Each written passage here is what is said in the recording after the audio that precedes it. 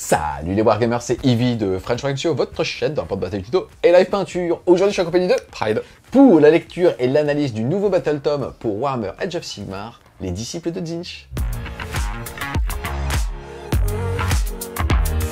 On continue sur cette super lancée et une très belle dynamique autour de AOS, avec justement l'odieux de Tzeentch qui est couvert via cette allégeance-là et ce Battle Tome. Les inquiétudes qu'on avait, c'est que dans l'ancienne édition, l'arrivée de Tzeentch, c'était un petit peu le début de la fin par rapport justement à la cohérence et aussi aux frustrations qui naissaient aussi bien quand on jouait que quand on les affrontait, avec beaucoup de BM, un système de dés du destin qui crée de la frustration parce que utilisable en multi-dieu dès qu'on les prenait en alliés, ou en tout cas dès qu'on prenait des alliés aussi issus de là, on pense à Arcachon. Toi, qu'est-ce que t'attendais de ce BT? Une V3isation finalement, et qu'est-ce que tu as eu? En fait, quand on a un nouveau BT dans cette V3, on a vraiment deux optiques différentes. On a soit un vrai nouveau souffle sur le Battle Tome qui change complètement dans son allégeance, ou alors avec des mécaniques complètement nouvelles. Je pense aux Fyreslayer, notamment aux Idonet, qui ont quand même beaucoup changé dans leur gameplay. Ou alors des Battle Tome plus proches de celui des Daughters of Khaine, où c'est, comme tu as dit, une upgrade V3 avec quand même deux niveaux de lecture. Tu l'as dit beaucoup mieux que moi. C'est-à-dire la première, on le voit et on se dit il y a quand même très peu de choses qui ont changé. Et après, on creuse un peu dans les War Scrolls, dans les allégeances et on trouve des trucs. Sans faire de gros spoilers, Tzeentch est plutôt dans cette optique-là. C'est-à-dire que les dés du destin sont toujours là, l'invocation est toujours là. On va dire les sous-allégeances assez emblématiques sont toujours là, mais elles sont rééquilibrées dans la V3. J'avais un peu peur de ce Battle Tome-là, on s'en était jamais caché. Peur à deux niveaux. C'est un Battle Tome qui avait créé, comme tu disais, de la frustration, à la fois en l'affrontant et à la fois en le jouant. Au niveau de affronter ce Battle Tome-là, je pense qu'il va être peut-être moins frustrant qu'avant. Alors même si la mécanique des dés du destin est encore là, et poussée à son paroxysme en V3 par rapport à ce qu'elle était en V2, c'est-à-dire que c'est la même mécanique qu'avant, mais vous allez générer beaucoup plus de dés du destin, donc vous allez encore plus pouvoir fiabiliser, mais il y a quand même suffisamment de garde-fous, déjà qui dit qu'on ne fiabilise que les unités disciples de Tzeentch, donc que les unités de ce Battle Tome-là, pas les Umbed, pas les Slave to Darkness, pas ce genre de choses. Arcachon. Voilà, donc il y a quand même beaucoup de garde-fous, et en rentrant un peu dans les War Scrolls, tout ce qui était un peu fort, / pété dans les War Scrolls d'avant a quand même beaucoup disparu. Je pense aux Pink, je pense aux Enlightened, ou notamment les Flammeurs, qui avaient quand même fait un peu hurler parce qu'ils étaient forts. C'est toujours le cas aujourd'hui, mais t'as une allégeance qui est très forte, qui surfiabilise, mais t'as des War Scrolls en soi qui sont pas si forts que ça. Kéros a perdu son dé magique, ce genre de choses. La petite doléance qu'on pourrait avoir, c'est pour les joueurs Tzeentch historiques, qui étaient un peu arrivés à bout de souffle aussi avec leur mécanique, et qui vont pas forcément gagner tellement de nouvelles pour avoir peut-être une nouvelle manière de jouer le BT. Yes, alors on parle de jouer le BT, c'est aussi intéressant, même si on fera un chapitre dédié, de se dire aussi, aujourd'hui on gagne et on perd une partie, avec bien évidemment l'attrition, sa capacité à table raser l'adversaire, mais ce qui se fait un petit peu moins, ou alors tout simplement à avoir une grande stratégie intéressante et des tactiques de bataille, donc des objectifs primaires et secondaires qui sont bons. Est-ce que tu penses que là, on a un moyen justement de le faire et donc on va quand même pouvoir s'épanouir en gagnant des games ou en perdant des games par rapport à ses choix?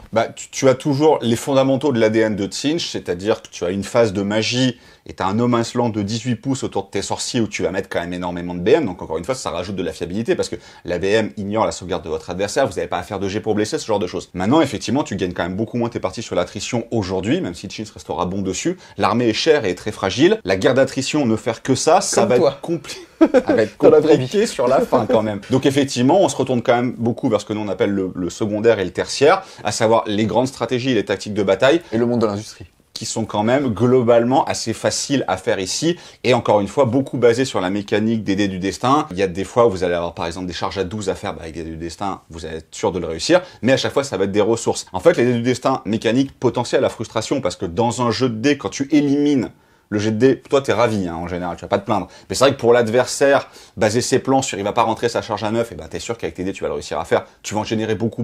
Donc ça peut créer un peu de frustration à côté, mais comme j'ai dit, les War Scrolls sont quand même moins forts, et l'armée est quand même à première lecture cher et fragile. Donc je pense que globalement il a quand même l'air très équilibré, il ne sonne pas comme pété comme le dernier Battle Tome Tzeentch qu'on avait vu ensemble où très clairement tu l'ouvrais, fallait pas sortir de Saint-Cyr pour te dire je vais spammer soit ça et ça va être extrêmement fort. Là il y a quand même encore une petite disparité au niveau des sous-allégeances où il y en a, Éternelle Conflagration par exemple, qui ont l'air quand même un peu au-dessus des autres, mais globalement tu vois pas de War Scroll où tu te dis ok, x15 et j'ai gagné la partie. Donc je pense qu'il va quand même falloir réfléchir, et au lieu d'être juste une mécanique de frustration, les dés du destin vont devenir la mécanique qui va permettre à l'armée d'être, je pense, une armée performante dans la méta d'aujourd'hui. Yes, en tout cas aussi pour faire un petit détour côté modélisme, même si en général on le fait en conclusion, je trouve que c'est génial. Là, on est sur des visuels qui sont cohérents, c'est-à-dire que même si la gamme peut être un petit peu vieillissante, tout est jouable, tout est beau, et ça c'est super stylé. Donc clairement, c'est un Battle Tome qu'on recommande aussi bien aux joueurs débutants qu'expérimentés, parce que vous allez pouvoir avoir une collection qui sera magnifique, avec une grande rejouabilité, et aussi ça fait vraiment plaisir de se dire que bah ouais, mais je vais pouvoir me creuser les ménages, avoir des optiques de jeu différentes, et donc toutes les cases sont cochées pour faire une belle armée de V3. Bah t'as parfaitement raison, ça s'adresse beaucoup aux débutant, notamment quand on commence à jouer quand même un peu dans la stratégie, qu'on va faire ses premiers tournois, ce genre de choses, on entend souvent les doléances de j'ai raté ma charge et si je l'avais pas raté, j'aurais pu gagner la partie. Bon, avec ce Battle Tome là, si vous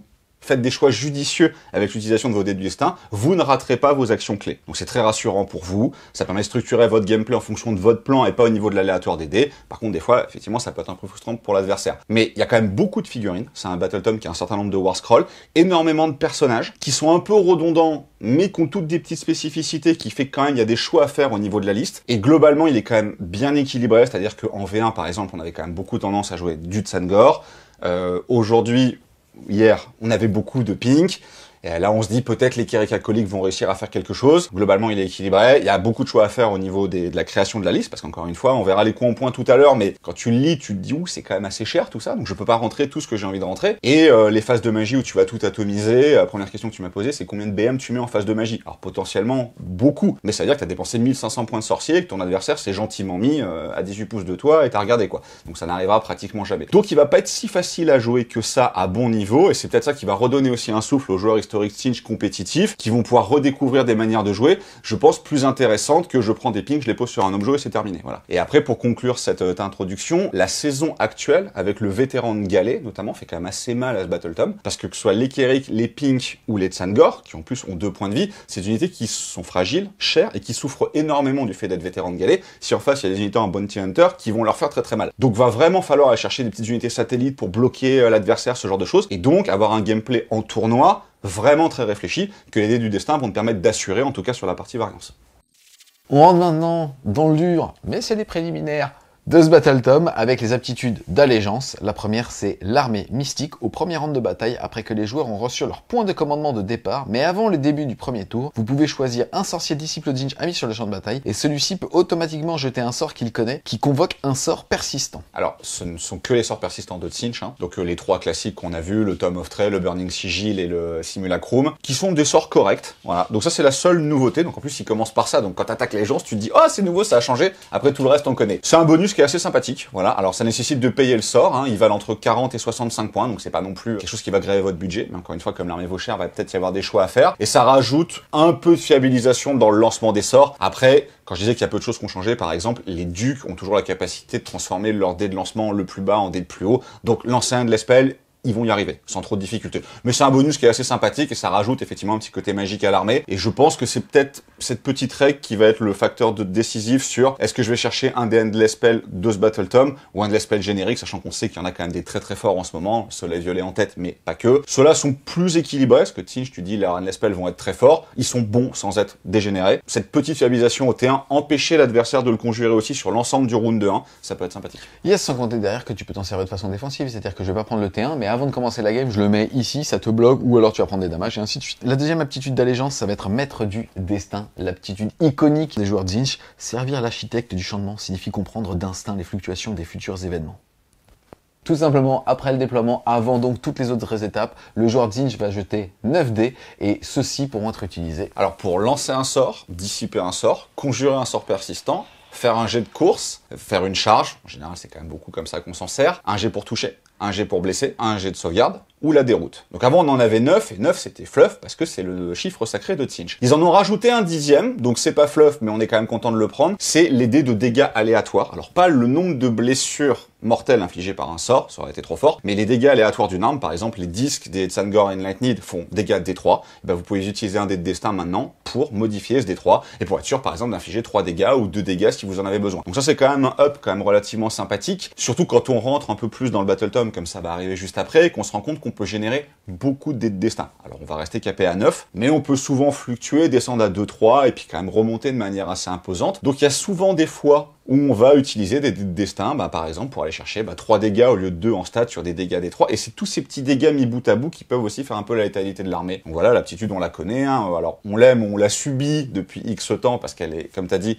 emblématique de ce qu'est Tzeentch. Ils ont mis tous les garde-fous qui avaient peut-être posé un peu des questions au début de la V3, c'est-à-dire quels jets peuvent être modifiés, quels jets ne peuvent pas l'être. Donc typiquement, quand vous utilisez des destins, c'est des jets qui sont non modifiés. Par contre, évidemment, pour la sauvegarde ou pour la bravoure, vous prenez en compte soit l'arène, soit le nombre de pertes que vous avez subi. C'est bien mieux écrit qu'avant. Ouais. L'avantage de ce Battle Tome-là aussi par rapport à celui de la V2, qui était quand même très ancien, c'est que t'as pas de trimballer 3 White Dwarf, 2 Broken ce genre de choses. Tout est dedans, il est quand même assez bien écrit.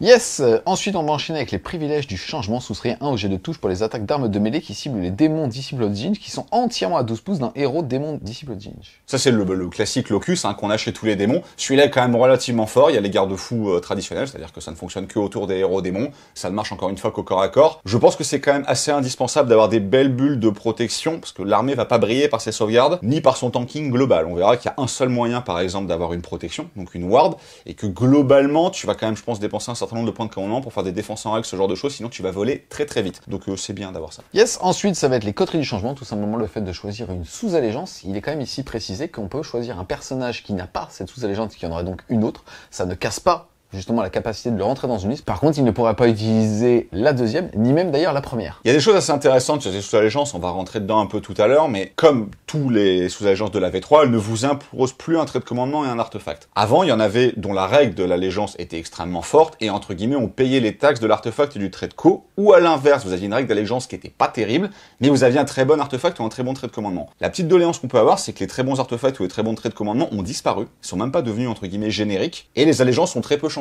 Donc par exemple, la conflagration, on retrouvera toujours le surcroît de rend sur les bonnes attaques de tir qui vont bien. Il y en a d'autres, on va se retrouver avec la même règle d'avant, sans les artefacts super bien qui compensent à côté. Donc il y a une petite disparité au niveau des allégeances, plus que dans certains autres Battletomes qu'on a pu voir juste avant. Après, des joueurs qui avaient l'habitude de Tzeentch vont pas être dépaysés, Duplicitus est toujours là, Conflagration est toujours là. On va maintenant passer à l'invocation. Système, on va dire, à débat. Dans Age of Sigmar, ça crée justement le sel et aussi l'ADN du jeu, puisque ça permet tout simplement, quand on a un dieu, de pouvoir invoquer des unités sur table, ce qui est génial. Mais quand c'est fait de façon dégénérée au niveau de l'écriture des règles, ça peut être à frustration. Là, on va pouvoir invoquer une unité à 9 pouces d'un héros et qui doit être à plus de 9 pouces de toute figurine ennemie. Bien évidemment, ça va synergiser très bien avec les dés du destin. Et là, tout simplement, on va au début de la partie commencer à 0. Et dès qu'un sort est lancé avec succès, ami ou ennemi, alors on va marquer 1 point. Si on regarde la partie base du tableau, pour la partie low cost, on va avoir pour 10 points 3 hurleurs ou 10 brimstone ou 10 horreurs bleues.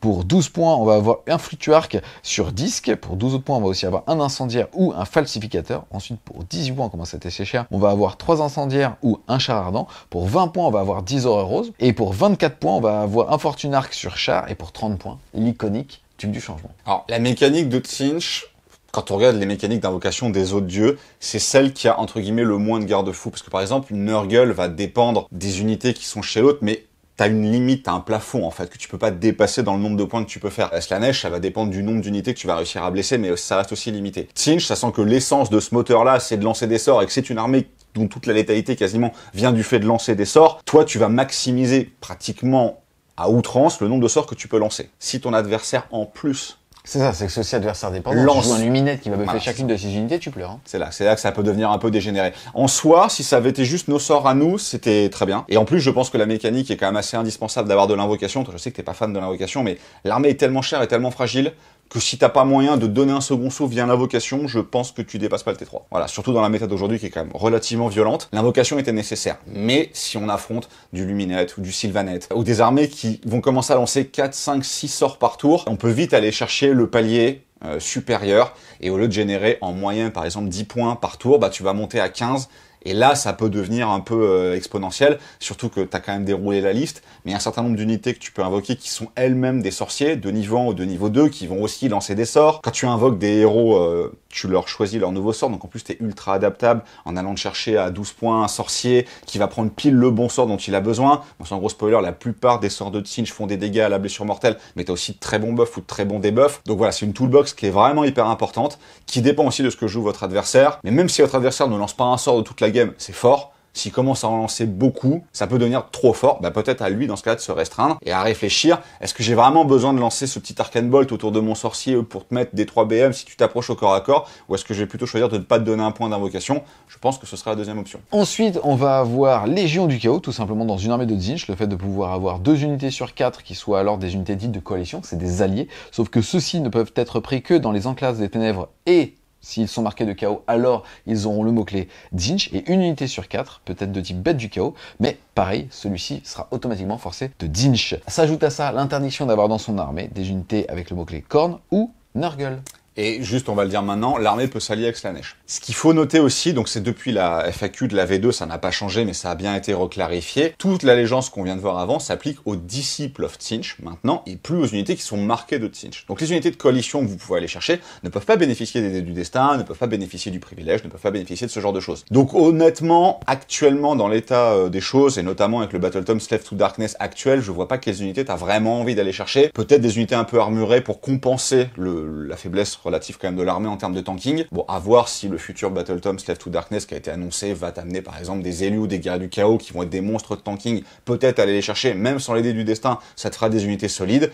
Aujourd'hui, même se dire je vais aller chercher des bestigors ou des dragons ogres qui sont des très bonnes unités, déjà je pense que tu n'auras pas forcément les points pour les rentrer. À chaque fois que tu vas rentrer des unités de coalition, la plupart du temps, ce sera quand même pas des sorciers. Mais l'accord mis à part, lui peut être aussi intéressant, mais l'armée vaut quand même cher, et t'as besoin, je pense, de rentrer un certain nombre d'unités, c'est la même chose que ce qu'on avait dit pour Nurgle, en fait. D'unités de ce Battletome-là, pour qu'ils fonctionnent en synergie. Et quand tu regardes les armées de Nurgle, qui tournent quand même beaucoup en tournoi, il y a pratiquement jamais d'unité de coalition. Je pense que ce sera également le cas pour Tzeentch. Et c'est bien que ce garde-fou soit là, parce que le début de V3 avait quand même été écrasé par Archaon en Tzeentch, qui était une aberration en termes de règles. Donc au moins, le garde-fou est posé. On va maintenant passer à la sous-allégeance de Tzeentch, sous-entendu le fait de choisir une coterie parmi les 6. La première, c'est l'iconique conflagration éternelle, améliorer de 1 la caractéristique de perforation d'armes à projectiles, feu mutant, langue de feu mutant et flamme magique des unités conflagration éternelle. Donc en gros les horreurs, hein, les 3 types, c'est-à-dire les brimstone, les blue ou les pink, les personnages et les flammeurs, leurs 3 versions, c'est-à-dire le flammeur de base, le flammeur exalté ou le flammeur sur char. C'est en général des attaques qui ont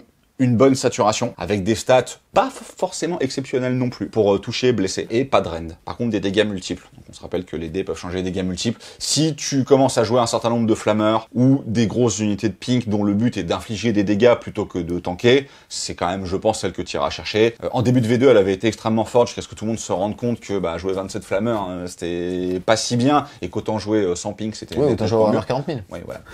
Mais aujourd'hui, le flammeur reste une bonne unité du Battletome, même si encore une fois très cher. Si tu commences à avoir un certain nombre de points dans ton armée investis sur des flammeurs ou sur des pinks dont le but est de tirer, tu vas quand même regarder cette coterie-là parce que le moins 1 en rend, il est quand même assez impactant. On rappelle aussi qu'encore une fois, on est dans l'ère du soleil violet qui lui-même donne un moins 1 en rend, et quand tu commences à aller chercher du moins 2 en rend, là tes unités de tir commencent à être vraiment impactantes aussi. Encore une fois, elles deviennent pas dégénérées parce que mine de rien, t'as pris la coterie, t'as pris le endless spell, etc. Et elles coûtent très très cher et elles sont très fragiles. Mais si tu veux faire mal au tir, tu te dirigeras vers là. Yes, ensuite on va passer à Lost Perfide. Pareil, quand on l'avait lu, en tout cas celui-là dans l'ancien Battletome, on avait bugué. Là, c'est adapté. Rang d'espiègle mirage, les unités ennemies à 3 pouces d'une unité Host Perfide d'au moins 10 figurines ne peuvent pas se replier. De plus, une fois par bataille, lorsqu'une unité d'horreur de Tzeentch est détruite, on va jeter un dé, 1 sur un 4+, elle va revenir avec 5 figurines et elle sera placée à 12 pouces d'un héros et à plus de 9 pouces de toute figurine ennemie. Donc les deux garde-fous qui font plaisir, hein. Au moins 10 figurines, comme les Nighthaunt, hein, qui avaient aussi leur host avec au moins 10 figurines, nous fait passer d'une aberration à quelque chose de beaucoup plus agréable à jouer et à affronter, parce que le joueur Tzeentch va devoir réfléchir et peut pas bloquer toute l'armée en face juste en créant un spawn au milieu de ses lignes et dire tu bouges plus, c'est fini. Et puis le fait de recréer une unité d'horreur, sachant qu'avant tu pouvais les jouer par 30, tu pouvais réussir ton jet de dés, en remonter 30 et voilà, t'étais un grand général, t'avais réussi ton 5+. Là c'est limité à 5, donc clairement... J'ai pensé de toi. Voilà, clairement c'est pas dégénéré, donc ça reste très fort. Ça offre toujours, comme on avait dit pour les Nighthaunt, beaucoup de possibilités tactiques, mais c'est plus débile. Donc bon boulot fait sur la Duplicitous, qui était la source absolue de frustration pour les gens qui affrontaient Tzeentch avec les dés du destin. Maintenant ils ne couineront plus que sur les dés du destin. D'accord, c'est nous qui allons couiner maintenant avec Lost Arcanum, voleur de toutes les arcanes. Une fois par tour, au premier, 3e et 5e round de bataille, quand un sorcier Arcanum ami tente de dissiper un sort, vous pouvez décider que le sort est automatiquement dissipé. Alors c'est ce que je disais quand on parlait des sous-allégeances qui ont été un peu dépouillées de leur saveur, c'est-à-dire que avant, quand tu allais jouer en Lost Arcanum, tu n'y allais pas pour ça. C'est un bonus qui est sympathique, mais la dissipation n'est pas le plus gros problème des armées de Tzeentch. Elle te transforme toujours tes hurleurs qui sont une bonne unité en ligne, donc ça c'est quand même assez cool.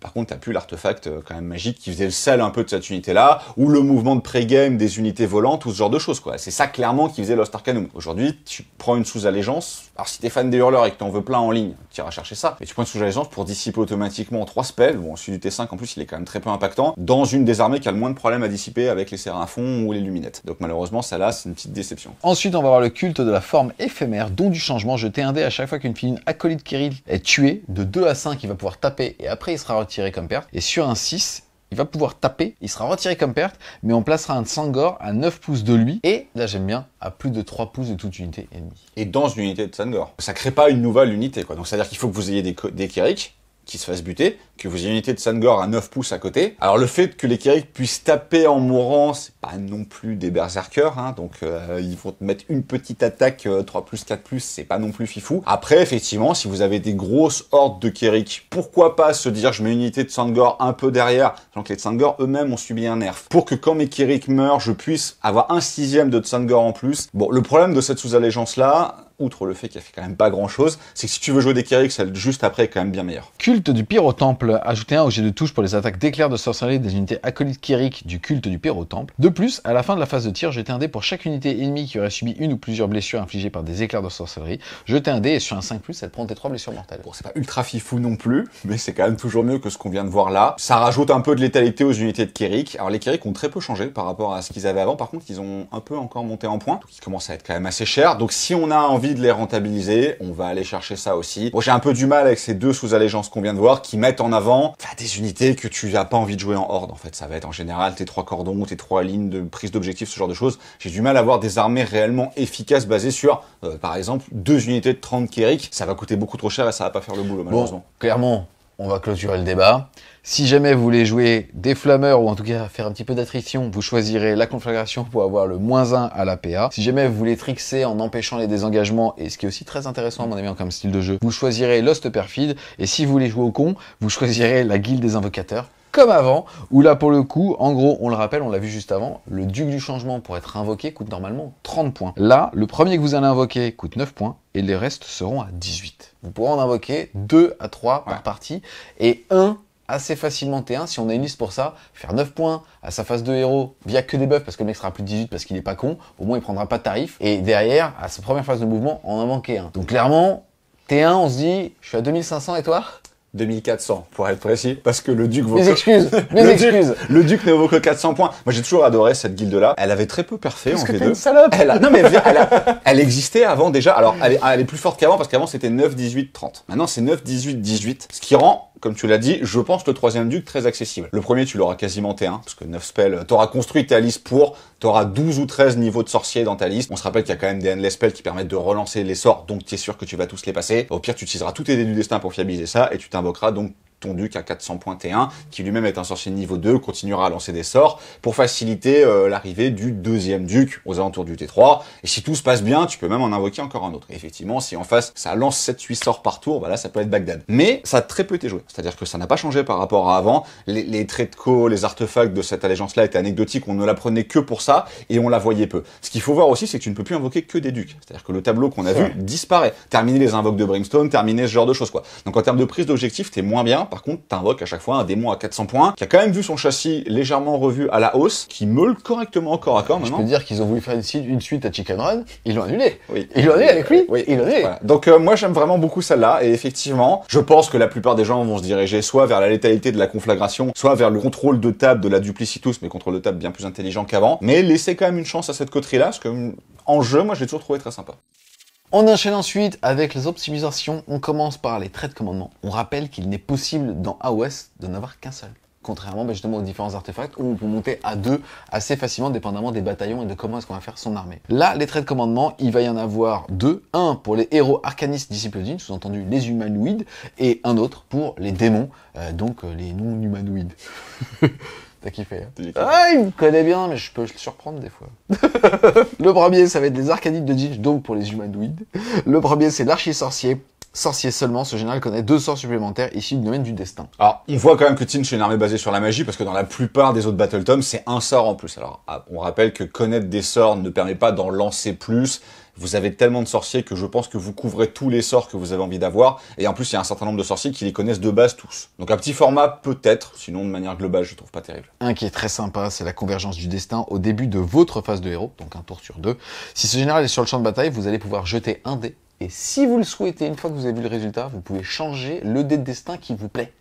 Donc celui-là, il est très très suffisant. Ouais, bah encore une fois, c'est la première occurrence de beaucoup qu'on va voir par la suite qui permettent de jouer avec cette mécanique emblématique et structurante pour l'armée de dés du destin, pour en générer des nouveaux ou les changer. Il est quand même vraiment pas mal. Démagogue du culte sorcier seulement. Si un jet de lancement pour ce général est un double, la tentative de lancement est automatiquement réussie et on ne peut pas le dissiper. De plus, vous recevez 2 points de destin au lieu de 1. C'est quand même pas mal parce qu'on se rappelle qu'on a les dés de destin qui vont permettre de faire passer en général les 1, on va s'en servir pour les tests de bravoure, les 5-6 pour les charges, les sorts, etc. Et en milieu de game, tu te retrouves avec un gloubi-boulga de 2-3-4, tu sais pas trop quoi en faire. Des fois, 2-2, tu vas faire passer tes sorts automatiquement, ce genre de choses avec ça, en empêchant l'adversaire de le dissiper. Donc encore une fois, énorme fiabilisation de votre part. Je trouve pas mauvais. Et en plus, dans une mécanique d'invocation, notamment par exemple avec la guilde des invocateurs, où le but c'est d'aller chercher le plus vite possible 9 points. Tu te dis que comme à chaque fois que tu vas passer un sort, tu vas générer 2 points au lieu d'1, le 2, le 9 ou le 18 arrive très très vite. Et encore, en plus de ça, pour moi, c'est pour ton adversaire. Tu rends sa lecture de ton nombre de points d'invocation quasi impossible. Ouais, Parce que le mec, il va te dire, attends, là, je vais faire un total eclipse. Ouais, je suis une luminette, mais je fais total eclipse. Ouais, je fais un sort par tour. Comme ça, je compte que dans 2 tours, t'es à X. Si jamais t'es cool. Et ben là, tu vas te dire, ouais, mais mon pote, non. Parce que là, t'as oublié. Avec le mécanisme que tu viens de décrire, j'ai fait 2 doubles, je viens de gagner 2 points, je passe à 9 ou 18 et salut. Ouais. Et franchement, c'est juste pour ton adversaire. Je trouve que peut-être qu'il y aura mieux pour les joueurs qui sont débutants, mais pour un joueur, entre guillemets, il est tout le temps fort, en fait. Ouais, je trouve très bien celui-là. Voilà. Non, je trouve vraiment très bien. Ensuite, on va avoir Sacrifice Occulte. Sorcier seulement au début de votre phase de héros. Vous pouvez infliger une blessure mortelle à une unité d'Inch amis à 3 pouces moins de ce général. Si vous le faites jusqu'à la fin de cette phase, ajoutez 9 pouces à la portée de vos sorts lancés. Celui-là est quand même très fort aussi. C'était déjà le cas avant. Alors heureusement que les démons n'ont pas accès à ça parce que des portails infernales envoyés à 27 pouces, ça aurait quand même été beaucoup trop violent. Maintenant, l'éclair de Tsinch, donc un sort qui fait indécis blessure mortelle, est aussi accessible aux mortels. Il y a quand même des gros sorts de dégâts directs chez les mortels. Il est fort. Maintenant, il est dans l'attrition. C'est-à-dire que, notamment si vous avez une armée de conflagration, vous allez un peu mettre la subtilité de côté. Le but, ça va être de faire mal à l'adversaire parce qu'on prend conflagration pour ça. Je pense que tu iras chercher celui-là pour commencer dès le premier tour à mettre des blessures mortelles. La plupart des blasts sont à 18. Et ben là, tu vas avoir des blasts à 27. Tu peux attaquer dès le début. Sur de l'invocation ou du contrôle map ou ce genre de choses, j'irai peut-être plus chercher ceux d'avant pour jouer sur des destins, etc. Mais celui-là, en soi, il est vraiment très bon. Ensuite, on va avoir Feu de lame. Si le jet de touche non modifié pour une attaque d'arme de mêlée de ce général est 6, l'attaque inflige une blessure mortelle en plus. De dégâts normaux.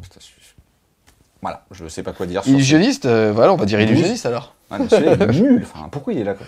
Soustrait 1 au jet de touche pour les attaques qui ciblent ce général. Corps à corps et tir. C'est pas si mal. Honnêtement, c'est pas si mal. Encore une fois, t'es fragile. L'armée est chère et l'armée est fragile. Est-ce que tu vas claquer ta ressource unique pour protéger juste ton général? Ça peut valoir le coup. Moi, je pense que je le ferai pas. J'irai chercher soit le surcroît de létalité, soit le surcroît de contrôle sur la variance avec les dés du destin ou la possibilité d'invoquer en plus. Mais en soi, celui-là, enfin, il est cohérent. Tu comprends que tu peux avoir envie de protéger ton général. C'est vraiment le 5 qui est totalement nul. Pourquoi tu l'as mis là, toi? Ensuite, on va avoir les traits de co pour les démons. On va avoir 2 redondants avec les humanoïdes. J'ai juste dit pour ça. Le premier, c'est le fait qu'il connaît 2 sorts supplémentaires du domaine de Zinch. Et l'autre, c'est la convergence du destin qui fait qu'au début de votre phase de héros, si le général est sur le champ de bataille, il pourra lancer un dé et remplacer un de ses dés de destin. Ouais, Ensuite, par rapport ça. aux autres qui vont être une exclusivité d'Imouniac, une fois par bataille à votre phase de héros, vous pouvez déclarer que ce général utilise son étincelle de sel. Si vous le faites, vous gagnez aussitôt 3 points de destin. C'est une fois par bataille. En guilde des invocateurs, je trouve quand même vachement... Dans le reste, non, j'irai pas le chercher. En guilde des invocateurs, tu dis que tes 9 points que tu dois faire T1, t'as plus que 6 à en faire, quelque part, c'est quand même fort. Moi, je le vois. Pour moi, les 9, tu les feras tout le temps tout seul. Par contre, tu dis que ceux d'après, ils sont pas à 18, ils sont à 15, donc ils sont potentiellement T2. Si t'es le deuxième joueur T2 et qu'il y a de la magie en face, tu peux le faire. Sachant que normalement, t'as invoqué un duc T1 qui va te rajouter 2 sorts supplémentaires. C'est la manière, on va dire, la plus fiable d'aller chercher, en guilde des invocateurs, encore une fois, un deuxième duc T2. Et là, tu joues à 2800 points contre ton adversaire. Putain, c'était mon argument. Et je sais, c'est pour ça que il a vu mes yeux qui étaient en train de frétiller. Et je vais dire, oui, mais c'est vrai que ce ne sont que des ducs. Donc il y a aussi une lecture quand tu l'affrontes. Que des ducs, les pauvres. Non, mais tu vas pas te mettre 10 horreurs qui vont te bloquer, qui vont t'empêcher. Voilà. Donc c'est aussi pour ça que... des poulets géants qui vont te nucléariser la tronche. C'est que des ducs. C'est vrai.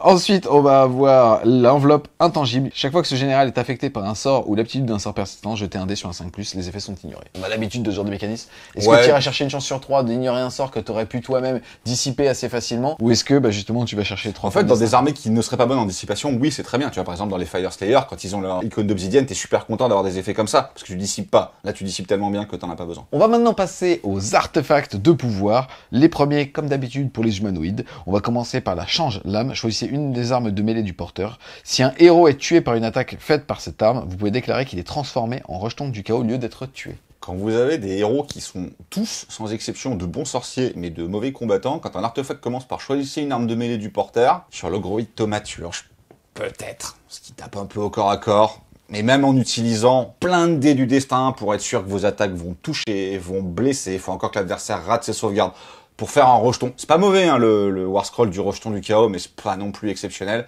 Encore une fois, les artefacts, 1, sûr. 2, si t'es allé chercher le bataillon qui t'en donne potentiellement un deuxième, sachant que maintenant t'as quand même Bounty Hunter ou Expert Conqueror, qui sont des bataillons que t'as quand même envie d'aller prendre dépendamment de ta liste, c'est peut-être de moins en moins fréquent de voir un deuxième artefact, donc dans tous les cas, tu n'iras pas prendre ça. Ensuite, on va avoir le pendentif de glisse temporel, ça va être une fois par bataille. Après que le porteur est combattu, il va pouvoir utiliser son pendentif et il ne sera pas considéré comme ayant tapé.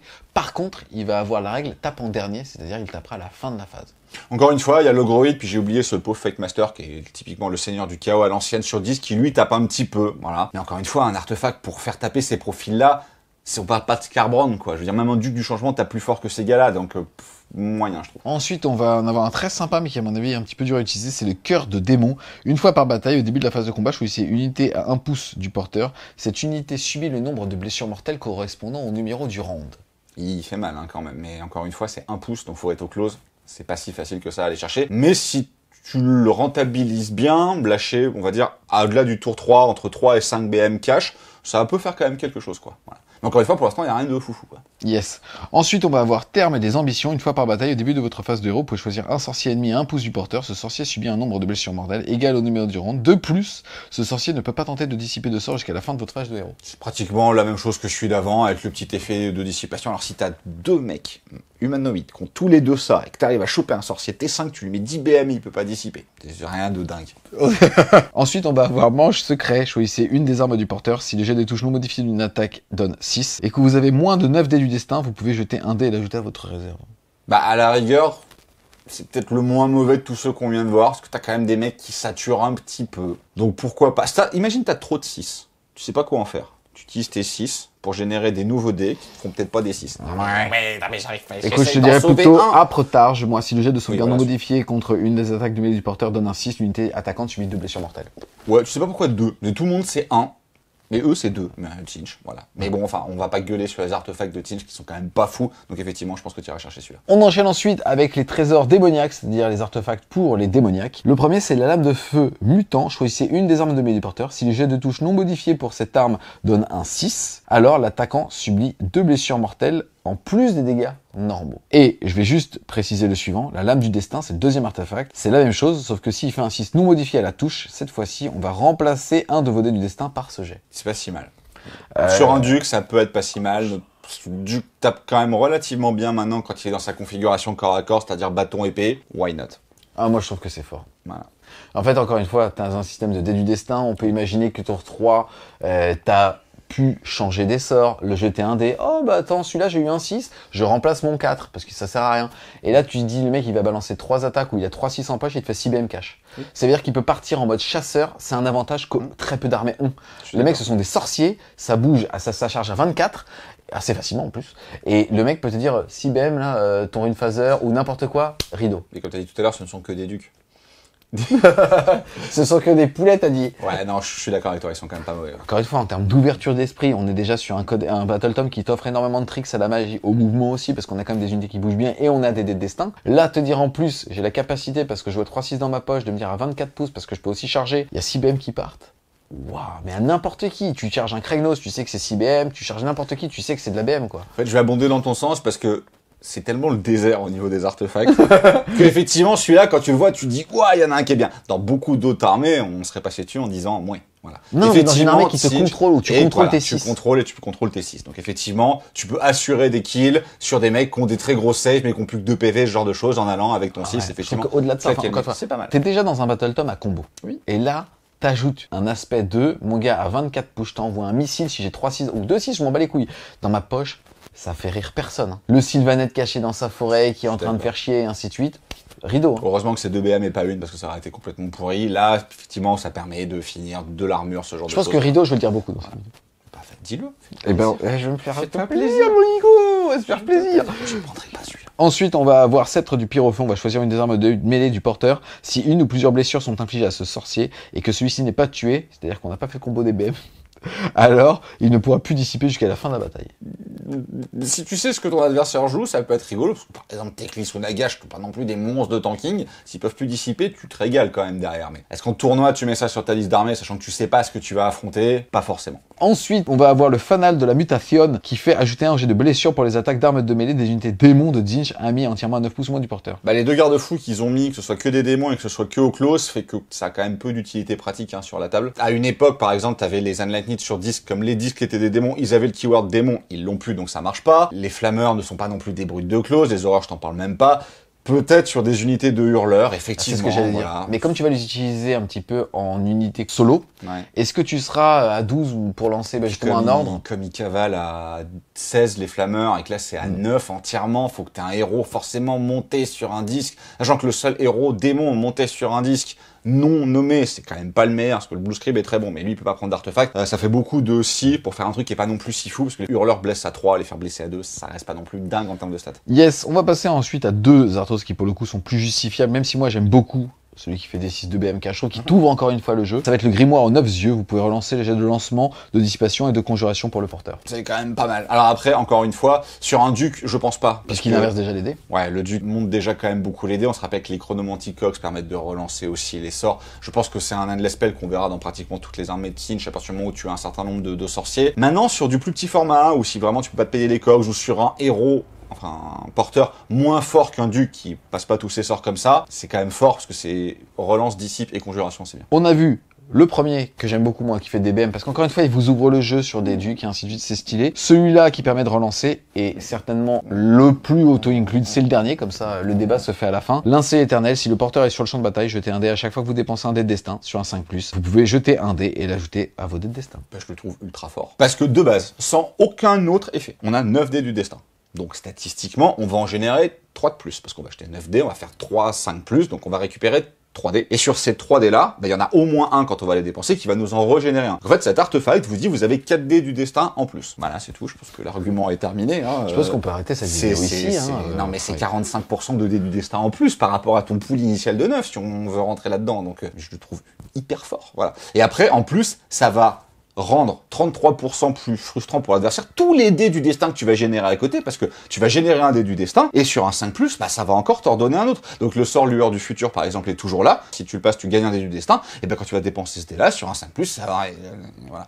Pour moi, c'est l'huile dans le moteur, en fait, ce truc-là. Je le trouve, comme t'as dit, 100% auto-include. Et après, on fera mumuse avec ta rapière magique. Là, si on a un deuxième artefact ou ce genre de choses, imaginons même avec la rapière magique. Tu vas dépenser tes 6 pour faire 2 BM, et bah, tu vas pouvoir, sur 5+, récupérer d'autres 6 pour remettre encore 2 BM. Mais il est énorme! Et il est, voilà. C'est bien d'avoir un bon artefact, c'est un tout petit peu dommage, parce qu'on vient de voir les traits de co il y en a des corrects, mais c'est pas non plus exceptionnel. Les artefacts modulo la rapière, là, sont pas non plus, youhou. Bon, d'accord, la rapière est exceptionnelle, mais celui-là, je le trouve parfait. Dingue. Celui-là, tu le joueras tout le temps. Oui. Et dépendamment de comment est-ce que tu vas créer ta liste et ainsi de suite, bah justement, tu iras chercher ton bataillon qui te permet. Mais en fait, avant, on était dans l'époque des sous-allégeances avec des taxes d'artefacts. Et il y a beaucoup de joueurs qui massacraient leur liste d'armées pour rentrer un deuxième artefact à tout prix pour aller chercher celui-là qui existait déjà. Aujourd'hui, tu peux jouer n'importe quelle sous-allégeance et quand même te dire, je vais chercher celui-là. Je pense, sans trop mouiller, et ce sera peut-être pas ma connerie de l'analyse, parce que j'en fais une à chaque fois, ce sera peut-être pas celle-là qu'on le verra dans toutes les listes, celui-là.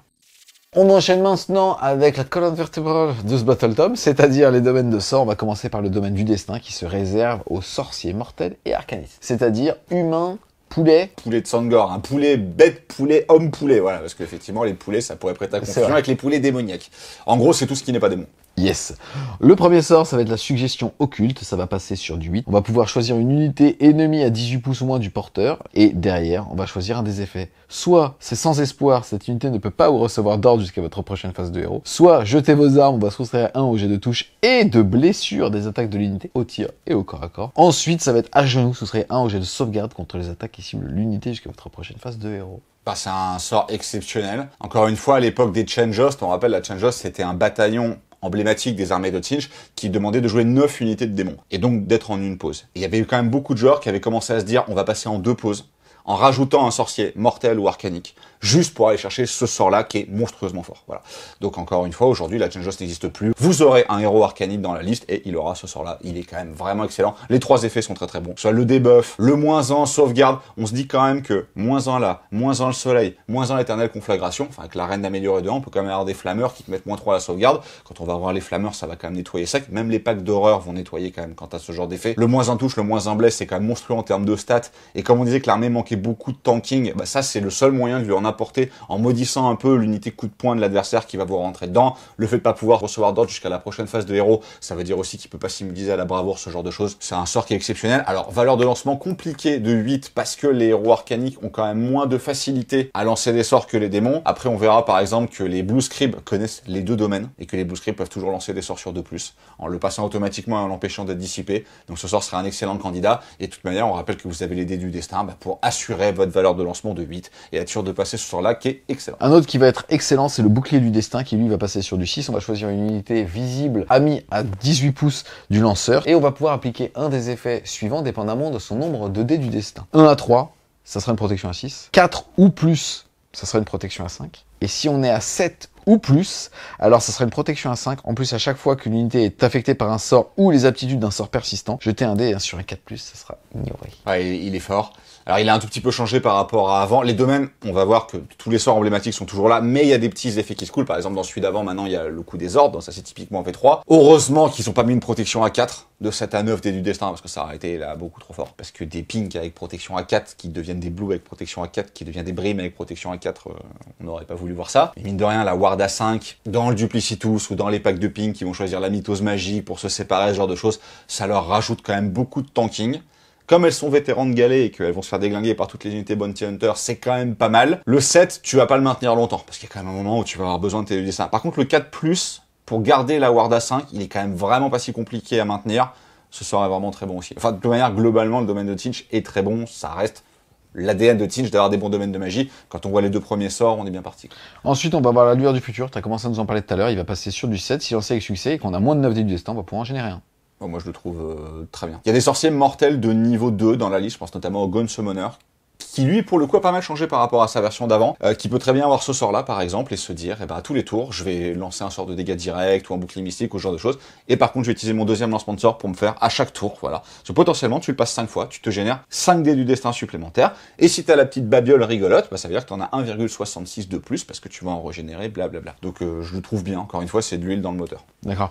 Ensuite, on va passer à un que je trouve intéressant, mauvais, mais intéressant, parce qu'il y a une erreur de trad. Imprégnation occulte est un sort avec une valeur de lancement de 5. Si lancé avec succès, ajoutez 1 oui. au jet de touche et de blessure pour les attaques de lanceur jusqu'à votre prochaine phase de héros. Est-ce que ça veut dire que quand on joue en français, on ajoute 2? Non, on ajoute quand même que 1. Après, comme tu l'as dit, ces domaines sont réservés aux mortels Tzeentch et aux arcanistes. Alors, arcanistes, c'est tous les sorciers spéciaux de ce Battletome-là, mais mortel de Tzeentch, ça peut être un héros sur collision. Ça peut être, par exemple, un seigneur sorcier du chaos sur Manticore, marqué de Tzeentch, qui aura donc accès à ce domaine-là, qui est quand même un très correct corps à corps, et avec plus en touche, plus en blesse, qui devient vraiment très bon. Ou Archaon, typiquement, et c'est ça qu'il allait chercher quand il jouait en Tzeentch. C'est clairement pas le meilleur sort du domaine. Dans ce Battletome-là, en lui-même, il y a que le Groïde Thaumaturge qui va réellement en bénéficier et le Fate Master. Ouais, si t'as vraiment envie d'avoir un Fate Master qui serait devenu un sorcier avec un Arcane Tome et qui serait allé chercher ça, bon, c'est pas le meilleur du domaine, mais il a le mérite d'être là. Ensuite, on va avoir Lien Perfide qui va passer sur du 5 avec une portée de 9, puisqu'on va pouvoir choisir une unité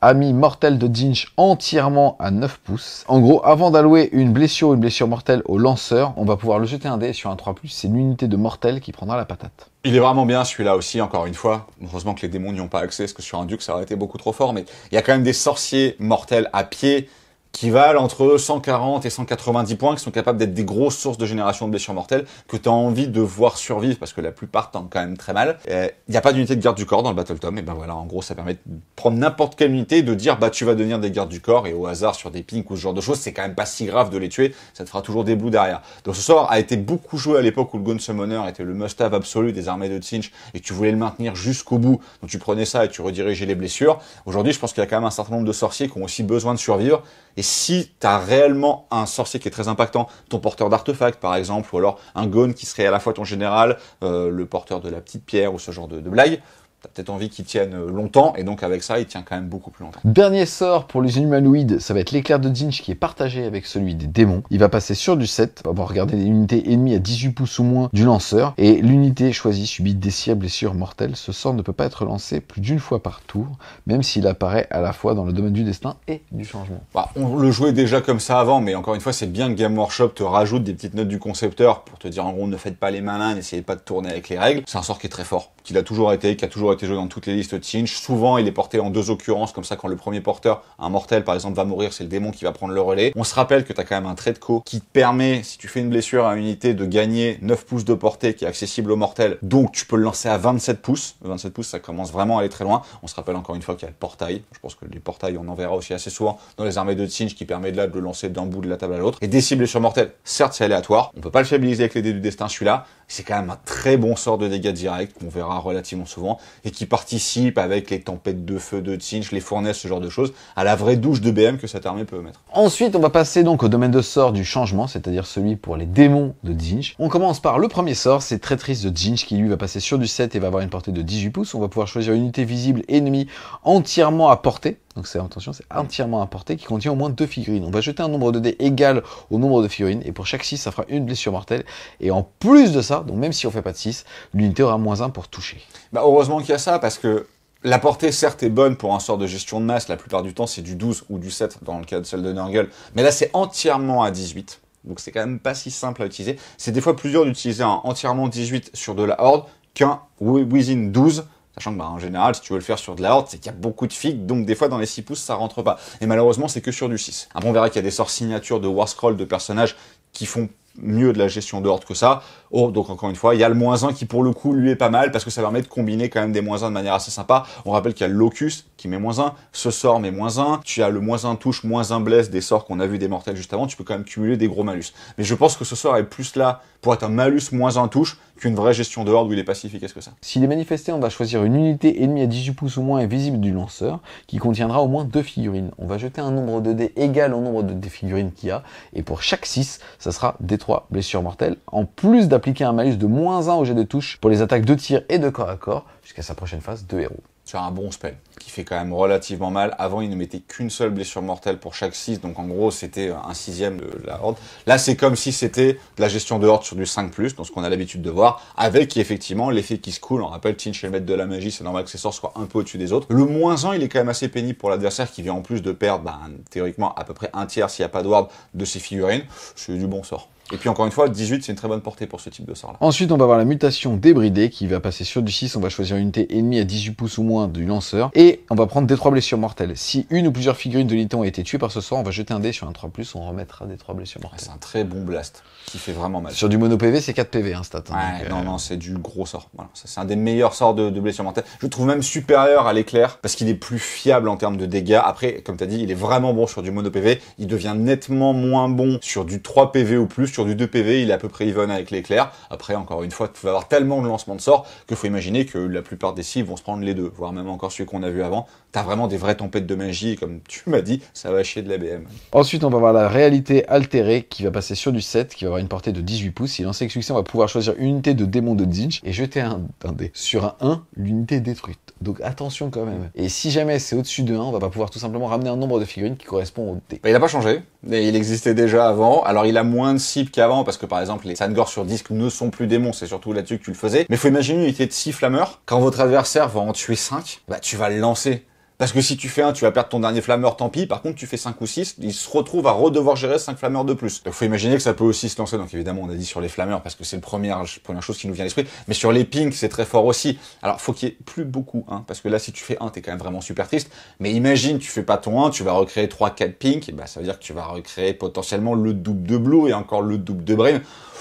Il est pénible, on le voit dans pratiquement toutes les listes, je pense qu'on continuera à le voir. Heureusement qu'il y a un 1 pour le coup, tu sais, j'aime pas en général les effets sur 2+, je mettais beaucoup plein de ça dans les Sylvanettes, à l'Ariel qui revient sur du 2+, ce genre de choses. Là, heureusement, parce que ce serait automatique, ce serait trop fort, on le lancerait à n'importe quel tour. Mais encore une fois, les figurines valent cher dès que tu vas commencer à pouvoir les ressusciter, et c'est pratiquement le seul moyen de tout le Battle Tome de ramener des figurines sur des flammeurs, sur des hurleurs ou sur des pinks, c'est quand même fort. Ensuite, Fourneige de Tzeentch qui lui va passer sur du 8, donc il est dur à passer avec une portée de 12 pouces. Si lancé avec succès, choisissez unité ennemie à portée et visible du lanceur. On va jeter 9 dés pour chaque 6, ça fera des 3 blessures mortelles. En moyenne, ça met 4 blessures mortelles aussi. Donc, mais par contre, quels que soient les points de vie, alors tu de l'adversaire, hein, contrairement à une check mutation. Alors oui, certes, c'est sur un 8, encore une fois, c'est pas facile, on rappelle, on va le dire pour la dernière fois, que les ducs du changement ou Kéros, quand il s'en sort, vous prenez le dé le plus bas et vous l'égalisez au dé le plus haut. Donc concrètement, ça veut dire que sur 2 dés, il faut faire au moins un 4 pour que le sort passe. Bon, ça devrait passer. Et vraiment, si vous avez besoin de le passer, vous avez la possibilité d'utiliser du destin. Alors on rappelle que quand on lance un sort avec du destin, il faut en utiliser 2, et que là, comme ils ne peuvent pas être modifiés, le coup du duc ne fonctionne pas. Donc ça coûte cher en dé du destin, parce qu'il faut vraiment faire 8 avec les dés que vous allez prendre. Mais mine de rien, c'est un sort qui fait un gros trou dans les adversaires. On enchaîne ensuite avec justement ce qui va nous faire gagner ou perdre les games, c'est-à-dire la partie jeu égal des grandes stratégies. C'est-à-dire, on le rappelle, au moment où vous faites votre liste, vous devez écrire dessus votre grande stratégie. Ça n'est pas adaptatif par rapport à votre adversaire. Mais remarque, quand on les voit ici, vous pouvez vous assurer déjà d'avoir 3 points assez facilement avec le numéro 3. On va commencer par les autres. Le premier, c'est dominer le Nexus occulte. Quand la bataille prend fin, vous menez à bien cette grande stratégie s'il y a au moins un sorcier disciple of Jinj ou une unité d'horreur ou une unité d'acolyte dans chacun des quarts de table. Bah, c'est pas si facile que ça, hein. C'est-à-dire qu'il faut que tu aies 4 unités en vie sûres à la fin de la bataille. Alors heureusement que les horreurs font partie des unités éligibles parce que tu peux en réinvoquer et aller le chercher. Il n'y aurait pas la 3, elle se réfléchirait beaucoup. Maintenant, pourquoi tu peux prendre un risque de perdre 3 points de victoire impactants quand tu es sûr de pouvoir les marquer si tu as envie de le faire? Malheureusement, elle est un peu compliquée. Le numéro 2, prépondérance du terrain. Quand la bataille prend fin, vous menez à bien cette grande stratégie si vous avez plus de 27 points de destin non dépensés. Alors, t'es sûr de la marquer si t'as envie, mais ça veut dire que t'as joué sans ton invoque, et ça me paraît quand même compliqué d'être sûr de gagner une game sans jamais invoquer de la partie, quoi. Et si ça se passe vraiment très mal et que tes sorciers meurent vraiment trop vite, tu peux potentiellement ne pas atteindre ces 27 points-là, notamment si ton adversaire ne joue aucun sort et ne t'aide pas à ça. Je pense pas que tu la prendras. Hein. Yes. On va sur le dernier, comme s'il restera l'évident après. Le dernier, c'est Royaume de Magie. Quand la bataille prend fin, vous menez à bien cette grande stratégie s'il y a au moins 2 sorts persistants sous votre contrôle sur le champ de bataille. Encore une fois, celle-là, elle est hyper dure. Ça veut dire qu'au dernier tour, ton adversaire, il a juste à dire, bah, je vais t'en conjurer un. Ça sera sur du 8 max. Et tu vas perdre la game, enfin tu vas perdre 3 points, ce qui est beaucoup dans une partie, sur un jet de conjuration de ton adversaire. En plus, il faut que tu aies 2 sorts dans ta liste. Enfin, qu'il soit sous ton contrôle. 3 points, c'est beaucoup. Que tes sorciers soient en vie. 3 points, c'est beaucoup. Hein. 3 points, c'est beaucoup. Donc on va plutôt aller chercher systématiquement maître de la destinée. Bah, ça me paraît bien de te dire, bah, je commence, il y a 3-0 pour moi. Ça. Quand la bataille prend fin, additionnez les résultats de dés du destin que vous n'avez pas utilisés. Vous menez à bien cette grande stratégie si le total est 9 ou plus. Voilà, donc en fait, cette grande stratégie, votre adversaire n'a absolument aucun moyen de vous empêcher de la marquer. Aucun.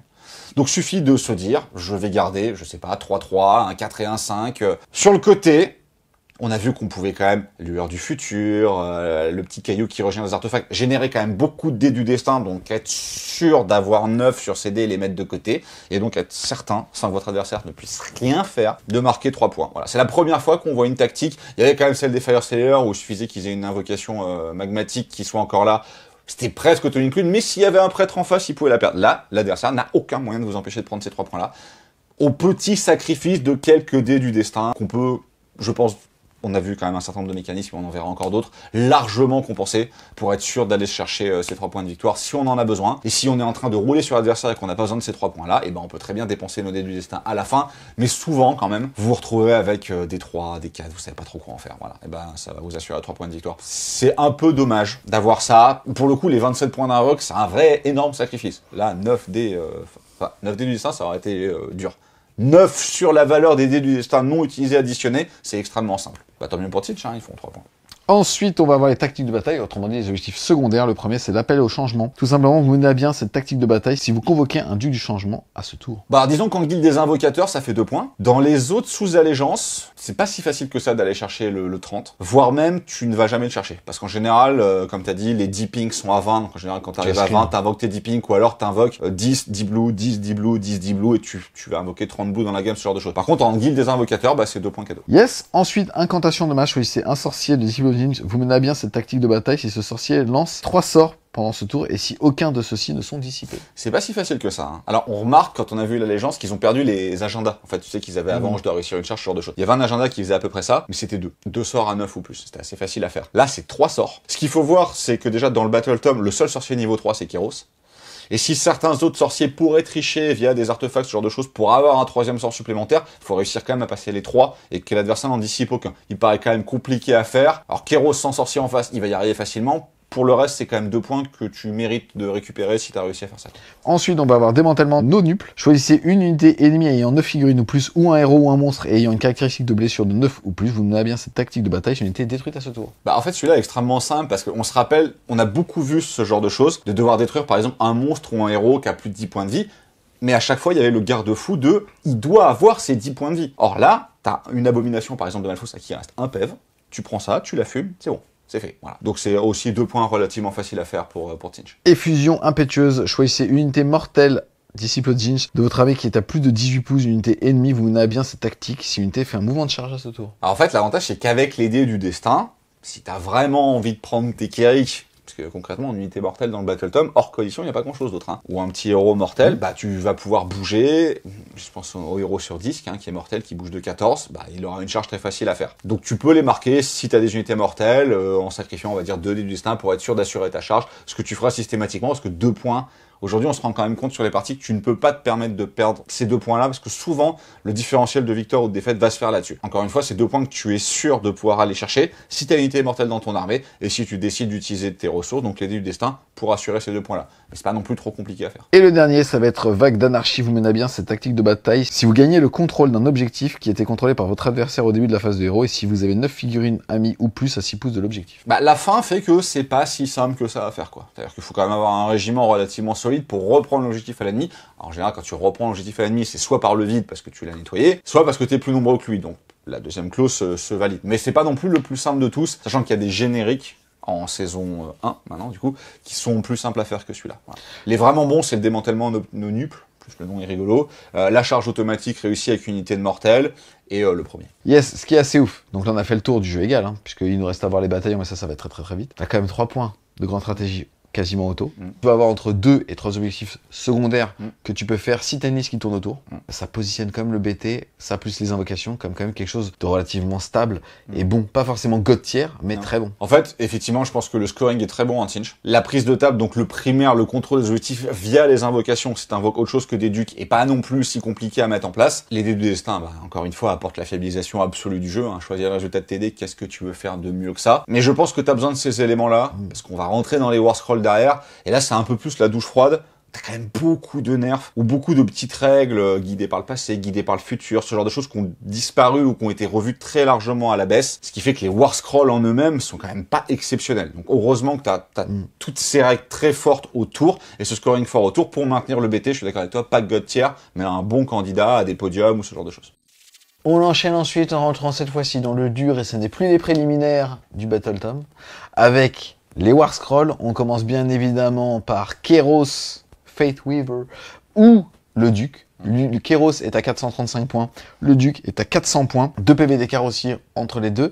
Qu'est-ce que tu peux nous dire? Est-ce que tu iras vers Kairos parce que c'est Kairos, ou est-ce que tu iras vers le Duc parce que tu peux le customiser? Bah, à voir, Kairos, en fait, son War Scroll a subi 3 modifications quand même relativement impactantes. Alors, la bonne nouvelle de ces 3 modifications, c'est qu'il a gagné 2 points de vie. C'est quand même toujours bon à prendre sur des châssis qui sont pas non plus des monstres de tanking. Les 2 mauvaises nouvelles, c'est qu'il a quand même perdu son emblématique dé, où en fait il pouvait transformer un dé en ce qu'il voulait, donc ça a disparu, mais ça a été remplacé pour faire un peu passer la pilule par une aptitude qui est quand même très sympathique, qui te dit que si au début de ton tour tu n'as pas 9 dés du destin, tu en récupères un supplémentaire. Donc évidemment, c'était le premier à jouer au round 1, ça sert à rien, parce que t'as pas eu le temps d'en dépenser un, mais c'est, on va dire, entre 4 et 5 dés de destin supplémentaires générés dans la partie, sachant qu'on a vu quand même que l'artefact allait en générer 3,66 de plus. On est pratiquement sur des parties à 18 dés de destin, sans même avoir commencé à en lancer avec lueur du destin, le sort qui permet d'en générer un. Donc ça, je trouve ça quand même très fort. Après, il partage tout le reste de ses aptitudes avec un duc normal, y compris son spell. Et c'est un peu là que le bas blesse. Bon, alors, Portail Infernal reste un excellent sort. On rappelle, vous allez jeter 9 dés, et dépendamment des dégâts subis par lanceur, ça va faire des blessures mortelles en fonction du résultat. Donc ça commence sur 3+, vous jetez 9 dés, c'est-à-dire qu'en proba, vous allez faire 6 blessures mortelles. C'est quand même très fort. Mais avant, il avait son sort signature qui faisait 6 blessures mortelles aussi, qui était quand même content de l'avoir. Et si jamais il tuait quelqu'un, il crée un Chaos Spawn. Et c'était quand même vraiment extrêmement fort. Le problème aussi, c'est que si tu joues un duc plus Kéros, comme le sort a le même nom, tu peux pas du coup lancer double portail. Donc c'est quand même un nerf de cette compo Kéros plus duc que tu pouvais avoir tenté de jouer, ou d'avoir par exemple une guide des invocateurs avec Kéros et d'aller chercher le deuxième duc invoqué T1. Donc maintenant, pour 35 points de plus, pour avoir 2 PV, alors Kéros est un sorcier de niveau 3, le duc est un sorcier de niveau 2, et la génération de points en plus, tu dis que c'est quand même pas si cher que ça de payer 35 points pour te générer entre 4 et 5 dés du destin supplémentaires si tu vis jusqu'au bout, et un niveau de magie supplémentaire. Maintenant, il n'est pas customisable parce que c'est un personnage nommé, donc il n'a pas accès aux artefacts, il n'a pas accès aux traits de commandement, il peut pas par exemple avoir la super rapière si chère à ton cœur qui met des grosses meules. Dans tous les cas, les deux profils sont quand même très bons. On rappelle, quand ils jettent un sort, ils prennent le dé le plus bas, ils le transforment en le dé le plus haut. Ils ont gagné l'aptitude fatale de sorcellerie qui fait que tous les lanceurs de sorts à 18 ont +1 pour lancer les sorts. C'est quand même très fort. Et avant, ils pouvaient manger des Endless Spells. Maintenant, Kéros, quand il mange un Endless Spell, au lieu de l'enlever, il peut en prendre le contrôle. Donc c'est quand même aussi très fort. On voit beaucoup de sorts prédateurs en ce moment sur les parties, notamment le soleil violet. Ne pas prendre dans sa liste pour se dire, bah, mon adversaire va le lancer, je vais lui dissiper avec les dés du destin, je suis sûr de le conjurer, et puis je vais prendre le contrôle de son propre Endless Spell. C'est quand même vraiment fort aussi. Dans tous les cas, les deux profils de démons majeurs, et je trouve ça bien que dans un Battle Tome, voit un dieu, le démon majeur se pose là comme une vraie menace, les deux, je les trouve très corrects. On enchaîne ensuite avec le Fortune Arc héros de Tzeentch sur Char Ardent, qui est à 180 points, mais qui bouge lui de 14, et qui va quand même avoir 8 petits points de vie. C'est les héros Aura Rose de Tzeentch, et donc il y en a 3 versions, la version à pied, la version sur disque et la version sur char. Il y a 2 choses à noter sur la version sur char, c'est qu'effectivement, il a quand même 8 points de vie, et il transforme les autres Burning Chariots, donc ceux avec des incendiaires dessus, en ligne. Non, c'est pas non plus une entrée exceptionnelle, et je pense pas que tu aies envie de te faire une armée entièrement de chariots de feu volants, même si ça peut être stylé pour la référence. Ils ont tous en commun la règle Grimoire Occulte qui leur permet de relancer un sort, donc les 3 versions des héros Pink, de relancer un sort, et quand tu utilises ta relance, tu as +3 pour lancer ton sort. Donc ça, encore une fois, c'est un mécanisme de stabilisation qui est quand même très bon, qui permet d'assurer tes sorts sans avoir à toucher à tes dés du destin. C'est vraiment bien de se dire, bah écoute, j'ai raté mon sort important, je vais claquer cette relance maintenant, et je vais aller me chercher mon +3, donc je suis pratiquement certain que mon sort va passer. Maintenant, payer 180 points pour ça, sachant que le surcroît de tanking n'est pas non plus si impactant que ça. Par rapport aux 2 autres versions, ça me paraît pas dingue. Par contre, ce qu'il faut noter, c'est que, et c'est assez surprenant, parce que c'est assez peu souvent que Games fait ça, t'as 3 versions de personnages avec des montures différentes, mais t'as 3 sorts différents aussi à chaque fois. Donc on va s'intéresser au sort de signature de War Scroll de chacun de ces personnages. Celui-là, c'est Tempête de Feu de Tzeentch. Yes, qui va passer, lui, sur du 9 et va avoir une portée de 9 pouces. Si lancé avec succès, jeter un dé pour chaque unité ennemie visible lanceur. Sur 2+, elle prendra tes 3 blessures mortelles. Il bouge de 14, papa. Ah, il bouge de 14, il a un gros socle, donc il peut quand même englober pas mal de monde. Maintenant, on verra que, encore une fois, l'armée est chère. T'as pas tant de points que ça. Je trouve les 2 autres versions au-dessus. Surtout la version à pied que je trouve vraiment bien meilleure. Ce qui est intéressant avec lui, c'est qu'en fait, via le grimoire, il peut être sûr de le lancer au moins une fois, parce que le 9, quand t'as le +3, ça passe quand même relativement facilement. 180 points pour faire ça. Même s'il a 8 points de vie, il est quand même assez fragile. Donc en fait, il va se mettre au milieu des lignes adverses pour faire sa Nova. Là où il serait intéressant, c'est avec un portail, tu vois, pour faire la Nova à distance. Mais dans ce cas-là, t'as pas besoin de payer et le mouvement et les points de vie en plus du châssis. Je suis pas mon châssis préféré, voilà. Ensuite, on va enchaîner, on sait pas ce qu'il fout là, avec le rejeton du chaos, qui lui vaut 85 points. Alors lui, il est là pour des questions de mise en page. Non, je pense qu'il est là parce qu'assez souvent, vous allez voir, il y a des sorts qui, quand ils vont tuer une figurine, l'ancien sort de Kéros, mais qu'il n'a plus, vous allez pouvoir créer un enfant du chaos. Ils ont très peu changé par rapport à avant. Grosso modo, vous en jouerez jamais. Vous pouvez en jouer, ça vaut 85 points. Vous pouvez en jouer un dans votre liste. Vous n'allez pas les jouer, mais vous allez en acheter. Voilà. Parce que vous allez en invoquer 1 ou 2, dépendamment des sorts que vous pouvez avoir. C'est toujours bien. Mine de rien, ça tombe quand même relativement pas si mal. Sur des 6, maintenant, ça fait des blessures mortelles plutôt que d'avoir encore plus d'effets aléatoires si vous faisiez un double sur le nombre d'attaques. C'est plus une unité de nuisance qu'une vraie unité que vous allez mettre dans votre armée pour jouer. Mais en fait, ça magnifie quand même les sorts qui permettent de générer ces rejetons-là si vous tuez des adversaires. Parce que mine de rien, sur des unités d'archers ou sur des unités de gardiens de but ou ce genre de choses, si elle n'arrive pas à s'en débarrasser assez vite, ça peut les bloquer. Et c'est vraiment notamment très pénible pour les unités d'archers. On enchaîne ensuite avec 2 versions de héros, donc d'horreur, encore une fois magicienne. Le Fluctuarque qui lui va être à 170 points et qui sera sur disque, donc 10 points de moins que celui sur chariot, mais avec un sort qui est pas mal, qui va être le Feu Bleu de Tzeentch, qui va passer sur du 8 et qui va permettre de cibler une unité ennemie à 18 pouces ou moins du lanceur, et qui va nous faire qu'on va jeter 9 dés, et pour chaque 5+, ça sera une blessure mortelle. Et en plus de ça, pour chaque 5+, donc en plus de mettre une BM, ça sera un point de destin, donc un point d'invocation supplémentaire. Si on le met en opposition avec sa version vraiment low cost, c'est-à-dire le falsificateur et pas le Fluctuarque, qui lui est à 140 points, on se rappelle, 40 points de moins que celui sur chariot et 30 points de moins que celui sur disque. Là, donc 140 points, il va connaître le sort Feu Rose, cette fois-ci, qui va passer sur du 7, qui va choisir une unité ennemie à 18 pouces ou moins, et qui va tout simplement faire, toi, t'as -1 à ton jet de sauvegarde. Bah, Choix difficile entre le fluctuark et le falsificateur, il y a que les deux. Ouais, clairement, choix difficile parce qu'on se rend compte qu'on va avoir du mal à les rentrer en même temps. Alors, je pense que je suis sur disque, Enter, littéralement, je suis sur char. Parce que 10 points de moins, certes, il a pas le même tanking, il a pas la même empreinte au sol non plus, mais le sort est vraiment très très fort. Ça fait 3 points de destin à chaque Ouais, invocation. Plus son invocation, ça fait plus 1. Si jamais il avait fait un double et qu'il avait le bon artefact, ça fait plus 2. Il a, excuse-moi, je m'échauffe, il a 5 points, le gars. Ouais, non, mais stats, c'est 3 BM plus 3 points de destin, sachant que bah, le sort est passé, donc c'est un point de destin supplémentaire. T'as entendu ce que je viens de te dire? Ça fait 5 points, ce qui est putain de ouf. Ouais, non, lui, je le trouve vraiment très très fort. Encore une fois, 3 BM. Et imagine le jet de crack et tu te retrouves à faire 4 ou 5 plus, ça arrive hein, sur des jets de dés à 9D. Bon là, lui il est vraiment très très bon. Et après la version à pied, je la trouve quand même forte, notamment dans les listes conflagration, parce que les listes conflagration vont être beaucoup basées sur la saturation de dégâts des flammeurs ou des horreurs qui n'ont pas de rend. Voilà. Mais on se rappelle que Soleil Violet fait un -1. Lui fait encore un -1. Et la conflagration va te faire encore un -1. Donc tu peux te retrouver avec des flammeurs qui, quelque part, font -3 à la sauvegarde, et là, du coup, font des énormes cratères dans l'armée de l'adversaire. Donc comme t'as dit, choix difficile entre ces deux versions. Un peu triste, je pense que je suis sur char. C'est pour ça qu'il ne vaut que 10 points de plus. Parce qu'au final, quand tu le compares, tu dis 10 points de plus pour les PV, machin, tout ça. La figue est 2 fois plus grosse, mais je pense qu'on le verra très peu. J'aime vraiment beaucoup celui-là, et en guide des invocateurs, je prêche pas pour ma paroisse avec ma guide des invocateurs, mais faut quand même imaginer que tu peux quand même invoquer beaucoup de ducs avec ce genre de truc, je le trouve vraiment bien. Faut imaginer que si dans ta main, t'as 2-4, Oui. ça fait 8 pour lancer ton sort, Oui. tu fais 5 points Oui. d'invocation. Tu fais un tiers d'un duc à partir du deuxième. C'est bien. C'est pas mal, hein. C'est pas mal. Non, mais il est vraiment, je le trouve vraiment très bien. Et c'est bien parce qu'en fait, cette figue était nulle avant. Sans que les autres soient devenus, sachant que la version à pied était quand même pour le coup très fort, ils avaient des mécaniques qui permettaient de multiplier les sorts. Bon, c'est ce que je disais, les petits effets qui se coulent, on va dire, de certains des War Scrolls ont disparu. Là, c'est remplacé par le Grimoire, qui est très sympa aussi, hein. La relance à +3, t'es quand même content de l'avoir. Ça fiabilise bien. Mais les effets un peu dégénérés de quand je passe mes sorts à 9+, je peux continuer à enchaîner et tout ça, ça a beaucoup disparu. On verra ça sur d'autres War Scrolls. Mais ils ont rendu intéressant la version sur disque, qui ne l'était pas du tout, avec un vrai sort très sympa, qui joue aussi sur l'invocation. Je le trouve vraiment bien. Maintenant, c'est un budget, 170 points pour un personnage de ce type-là. Ça introduit très bien le prochain, le Mystificateur, qui lui est à 160 points.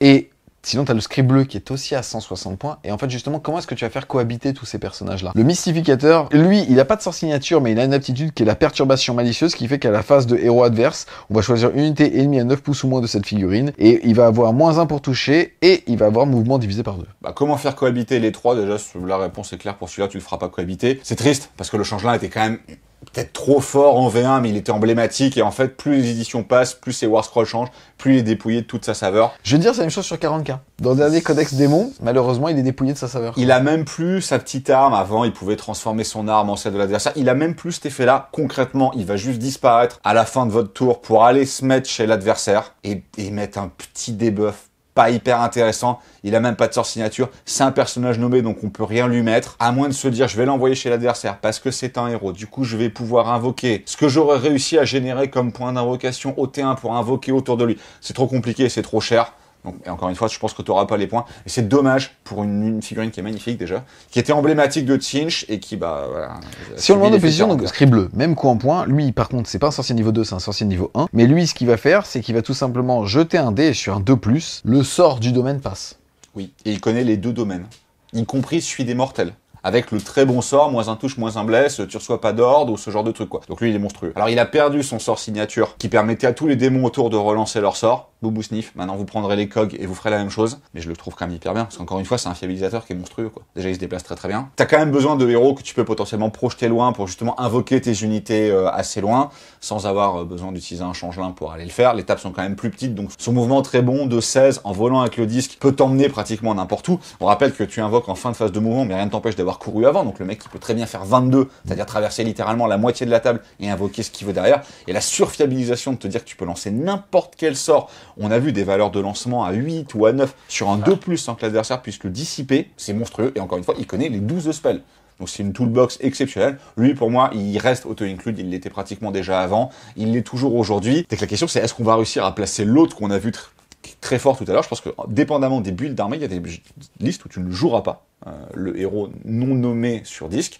Par contre, les Blue Scripts, je pense que tu les verras pratiquement tout le temps. On va enchaîner ensuite avec premier choix de ligne, c'est-à-dire les horreurs de Tzeentch qui vont coûter 250 si on prend 10 roses, ou alors 150 si on prend 10 bleus, et 125 points si on prend que des petites Brimstone. Qu'est-ce que tu peux dire sur eux? Qu'est-ce qui a changé? Est-ce que tu les vois toujours? Alors, beaucoup de choses à dire là-dessus, mais en fait, c'est le War Scroll qui a pratiquement le plus changé de l'histoire d'Age of Sigmar, et on est arrivé sur quelque chose qui, fondamentalement, n'a pas l'air dégénéré. C'est-à-dire qu'elles ont une sauvegarde à 6, donc les 3 versions, mais tant que vous avez des pings, vous avez un musicien dedans, et le musicien fait qu'elles ont plus 1 en sauvegarde. Sachant que c'est plus 1 en sauvegarde, hein. C'est pas ta sauvegarde qui devient 5+, donc c'est pas cumulable avec d'autres bonus à la save, donc c'est pas non plus des pros du tanking. Ce qu'il faut se rappeler quand même sur toute l'analyse de ce War Scroll là, c'est qu'on a un sort qui peut leur mettre une ward à 5. Et mine de rien, ça leur fait quand même du bien, parce que ce sont des vétérans de galets, et qui vont quand même avoir tendance à voler à puissance grand V, dès que quelqu'un d'un peu énervé, notamment les Bounty Hunters, vont leur rentrer dedans. Maintenant, ils contrôlent quand même très bien les objectifs, ils génèrent des points du destin via leur bannière, donc c'est quand même pas mal. Ce ne sont plus des sorciers. Ça tape vraiment pas au close, c'est pas si ridicule au tir,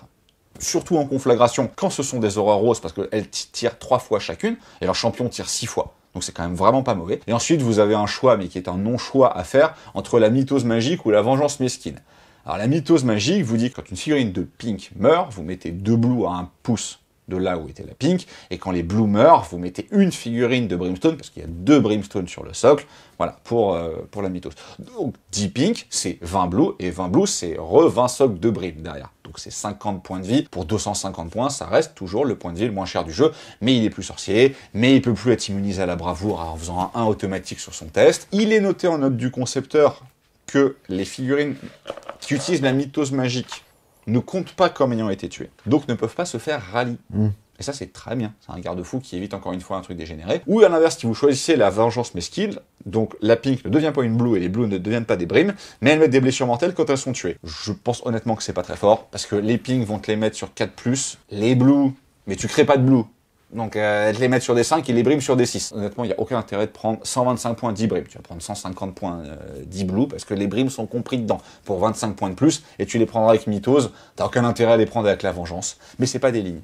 Donc si tu veux des lignes, t'as le choix entre les Pink, les Tsangor, on va voir, c'est pas non plus la folie le War Scroll, et les Kirik, c'est pas non plus la folie. Oui, je pense que quelque part t'es quand même obligé d'en jouer, parce que mine de rien, c'est quand même une grosse présence sur les objectifs, que de toute manière ils sont vétérans de galet, donc de toute manière ils vont en prendre plein la mouille, donc autant les mettre en expert conquérant si ta liste d'armée te permet de rentrer ce bataillon-là, pour que ça compte quand même pour beaucoup sur l'objectif, et même si l'adversaire frappe très fort dedans, les divisions successives font que t'auras quand même suffisamment de figurines pour tenir ton objectif. Par contre, je pense honnêtement que c'est la fin du pack de 30 pink qui vaut 750 points et qui se fait envoyer sur la lune par une unité de Bounty Hunter un peu énervée ou ce genre de choses. Donc le War Scroll me paraît équilibré pour la première fois depuis 7 ans. Donc je trouve que c'est du bon boulot. On va enchaîner ensuite avec un char ardent de Tzeentch. Le char ardent, il passe en ligne quand on a le 3e héros le plus mauvais qui était à 180 points tout à l'heure, vous vous souvenez, qui était l'horreur tout simplement sur disque. Là, on est à 180 points. Le char ardent de Tzeentch, et en fait c'est tout simplement une incendiaire exaltée de Tzeentch sur un chariot. Donc on va les comparer, on passe de 14 à 9 de mouvement, et surtout là on est à 130 points pour la même létalité au tir. En fait c'est 50 points pour aller chercher 2 points de vie supplémentaires et 5 pouces de mouvement. Il n'y a rien à dire de plus. Les deux sont des bonnes unités, surtout si vous jouez des flammeurs à côté, parce qu'ils donnent un bonus aux flammeurs. Donc si vous commencez à jouer juste 3 flammeurs, vous n'irez peut-être pas forcément chercher une unité qui vaut pratiquement le même prix. En fait, vous payez pas 180 points pour en buffer 190, mais si vous avez un pack de 6 flammeurs ou 2 packs de 3, notamment dans les armées de conflagration, il faut un incendiaire exalté. Donc monter ou pas va simplement dépendre de si vous avez 50 points. Je rappelle que 50 points, c'est le prix de certains de l'espel qu'on a quand même tendance à avoir beaucoup aujourd'hui. Donc la question se pose. Si on les a, autant les dépenser pour avoir 2 points de vie supplémentaires et une meilleure mobilité. Si on les a pas, la version à pied fait le même boulot. Après, en soi-même, ce ne sont pas que des totems qui sont là pour buffer les incendiaires à côté. Ça tape quand même relativement correctement. Encore une fois, surtout en conflagration, parce que sinon il y a quand même un petit problème de reine. Est-ce qu'on joue des incendiaires exaltés seuls si on n'a pas de flammeur à côté? Je pense que ça vaut pas le coup, très honnêtement, parce que pour le même coup en point, on a les Tsangor Skyfire qui sont quand même pas mauvais, même si leur scroll est moins bon qu'avant, ils font quand même toujours le taf. Maintenant, la synergie qu'ils apportent aux flammeurs fait que si on joue encore une fois, au moins 2 tranches de flammeurs, quelle que soit la composition de ces tranches-là, ça vaut le coup d'en rentrer au moins un, et à pied ou sur char, ça dépend de votre budget. Yes, on va maintenant passer aux hurleurs de Tzeentch, qui sont jouables à 3. Qui sont à 100 points et qui deviennent des lignes dans Lost qui dissipent T1, T3, T5. Donc ça, à la limite, on va l'oublier. Mais ils ont surtout, ils bougent de 16. Ils vont faire A3, donc pour 100 points, 9 attaques en 3+3+, moins 1. Et en plus de ça, à chaque fois qu'ils ont survolé via un mouvement normal, qu'une course, qu'un mouvement de désengagement ou qu'une charge, on va jeter un dé par figurine. Et sur un 4+, ils vont mettre une blessure mortelle à l'unité survolée. Il faut quand même imaginer que phase de mouvement, ils vont le faire parce qu'ils vont faire un petit pouce et ils vont back à 3,1 de l'ennemi. Et à la phase de charge, ils vont dire, bah, si ma charge passe pas à 4 pouces et demi près, je vais pouvoir aussi te passer un petit peu au-dessus et mettre à moins de 0,5 de toi pour te mettre une deuxième blessure mortelle. Donc, statistiquement, 3 blessures mortelles si on était à 13 pouces de l'ennemi au début de la phase de move. Moi, c'est une bonne unité qui est bien pricée parce qu'effectivement, 9 attaques en 3+, reine -1, dégâts 1 pour 100 points, c'est très correct. Des petits socles, hein, c'est des socles de 32. Donc, une très bonne projection, donc la capacité d'aller chercher un sorcier, de mettre des petites BM un peu à droite à gauche sur le chemin et de tuer une petite unité de gardien de but ou ce genre de choses. À noter qu'ils ont 3 PV et qu'ils n'ont pas de monture. Donc, si vous jouez en Nost Arcanum, ça devient des lignes, donc ça devient des vétérans de galet. Et c'est pas un avantage, parce qu'ils vont dégager littéralement 2 fois plus vite. Encore une fois, si l'adversaire a des bounty hunters, mais la tendance se confirme quand même sur le fait qu'il y a beaucoup de gens qui jouent des bounty hunters en ce moment. Donc je pense que c'est une bonne unité, mais qu'on n'a pas envie de jouer en Nost Arcanum, ce qui finit d'enterrer pour moi cette coterie-là qui n'a du coup quasiment plus aucun avantage. Mais en soi, pour 100 points, franchement c'est une très bonne unité, tu les mets sur des flancs et tu vas embêter les preneurs d'objectifs de l'adversaire, ou tu vas faire des cordons, des écrans, des unités d'interdiction, etc. Je pense pas que tu aies envie de les jouer par 6, encore moins par 9 en Nost Arcanum, parce que là pour le coup ça commence à faire beaucoup. Mais c'est des bonnes unités de harcèlement pour 100 points qui se faufilent très bien, donc qui remplissent bien le contrat. Yes, on enchaîne ensuite avec les incendiaires de Zinch qui, elles, passent en ligne quand tu es justement dans la bonne hoste pour ça. On est à 190 points, mais par 3, soit 9 tirs en 3+4+, sans reine, dégâts des 3. Ça va avec ce que tu disais tout à l'heure par rapport au mécanisme de reine et ainsi de suite. Est-ce que tu penses que la liste full flammer est jouable? Est-ce que tu en mettrais minimum 3 dans une liste pour toujours avoir un petit peu de tir, un petit peu de contre-close, 2 tirs entre guillemets, de déchaîner les enfers, enfin tout ça quoi. En plus ils ont 2 bonus, donc ils touchent à 3, ils blessent à 4. Sans rend, mais on a vu qu'on pouvait leur donner conflagration qui en plus les passe en ligne, leur met reine -1, le soleil violet enlève 1 à la sauvegarde de l'adversaire, le héros horreur à pied re-enlève 1 encore à l'adversaire, donc ils peuvent être très létaux s'ils ont besoin de l'avoir. Plus 1 à la touche si l'adversaire à 5 figurines dans son unité, donc là il commence à toucher à 2, ce qui est quand même vraiment très fort, et qui vous sauve des CP. La petite doléance c'est la blesse à 4 quand même. Mais bon, ça reste quand même vraiment pas mauvais. Et une attaque supplémentaire s'il y a un flammeur à côté. Donc évidemment en conflagration, tu vas en jouer au moins 6, voire plus. Et dans les autres armées, encore une fois, ça dépend de ton coup en points, ils sont assez létaux, sans être dégénérés. Ils sont vraiment quand même très chers en points, ils sont pas du tout solides. Parce que 190 points pour 6 PV sauvegarde à 4, c'est quand même assez compliqué. Maintenant, on parlait de la liste 27 flammeurs qui avait fait, entre guillemets, les beaux jours de la conflagration au tout début de la V2. Il n'y avait pas le spell qui te donnait une ward à 5. Aujourd'hui, ça va coûter quand même cher, hein, donc 380 points de faire une unité de 6, mais cette unité de 6, tu peux lui donner une ward à 5. Et tu peux lui lancer un bouclier mystique, et tu peux lui mettre un all-out defense pour mine de rien qu'elle ait un plus de sauvegarde, donc tu vas te retrouver avec quelque chose avec sauvegarde à 4, ward à 5, qui peut tanker pas si mal, et qui peut en plus prendre Folded Reality, donc on rappelle le sort, réalité altérée en français, qui permet, bon si tu fais un, tu pleures, mais sinon tu ressuscites autant de figurines que le résultat de ton dé, donc pourquoi pas aller chercher une unité de 6, qui vaut cher quand même 1/5 de ton armée, donc c'est un vrai budget, mais que tu peux réussir à rendre suffisamment solide pour qu'elle puisse absorber un certain nombre de dégâts. Évidemment ça tankera pas un Gatekeeper, mais ça peut tanker, et ça a quand même un volume de dégâts assez impactant, et ce qui sauve aujourd'hui cette unité par rapport à son coup en point, c'est le fait qu'on peut maintenant, grâce au dé du destin, altérer la variance du D3 de ses dégâts. Et donc par exemple, si tu n'as que 3 attaques qui passent, et si t'as les dés qui vont avec, tu peux mettre tes 9 PV sur ces 3 attaques-là, et c'est un surcroît de létalité qui est très impactant pour les flammeurs, et qui en fait, je trouve, une bonne unité du Battle Tome, mais encore une fois, loin d'être aussi craqué que ce qu'elle était quand on a ouvert le Battle Tome V2, on s'est dit, c'est quoi ces trucs, quoi. Autant passer à un truc un peu plus pété, on va passer à l'invocateur Cache-Tic, qui lui vaut 235 points à pied, 275 points sur disque. Alors lui, il a beaucoup changé, pour le coup, il y a 2 règles qui ont beaucoup changé. Donc sa dague Viltong héritée de Silver Tower. Son sort signature, donc la première est une des meilleures gestions de horde du jeu, donc toutes les figurines couvertes sur 5+, prennent une blessure mortelle. Il a même été amélioré sur les cibles uniques, parce qu'avant vous jetiez 3D, maintenant vous en jetez 5. Là où il a changé, c'est au niveau de ses mots-clés, il est plus arcanite. Donc c'est plus considéré comme un mortel, maintenant ce n'est plus qu'un démon. Mais là où il a réellement changé, et ça fait quand même très plaisir, c'est que maintenant il fonctionne un peu comme les Soulscryer Idonet, c'est-à-dire qu'en gros il peut laisser 2 unités de votre armée dans sa tour d'argent, et les invoquer autour de lui, évidemment, comme d'habitude, à plus de 9 pouces de l'adversaire, à la fin d'une phase de mouvement.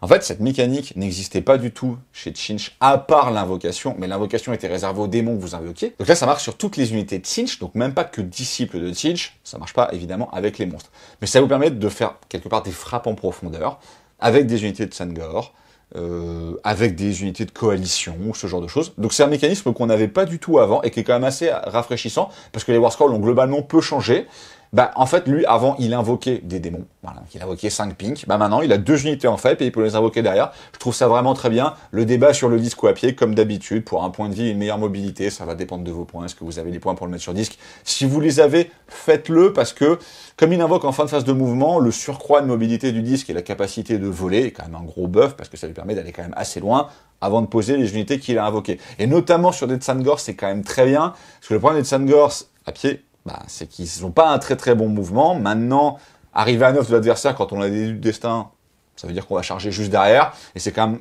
peut-être ça qui peut sauver les Tsangors. Dans le War Scroll, ça fait un peu tailler à la serpe dans cette itération-là du Battle Tome. Donc vraie bonne surprise sur le Gaunt Summoner, je me ferai jamais au nom français.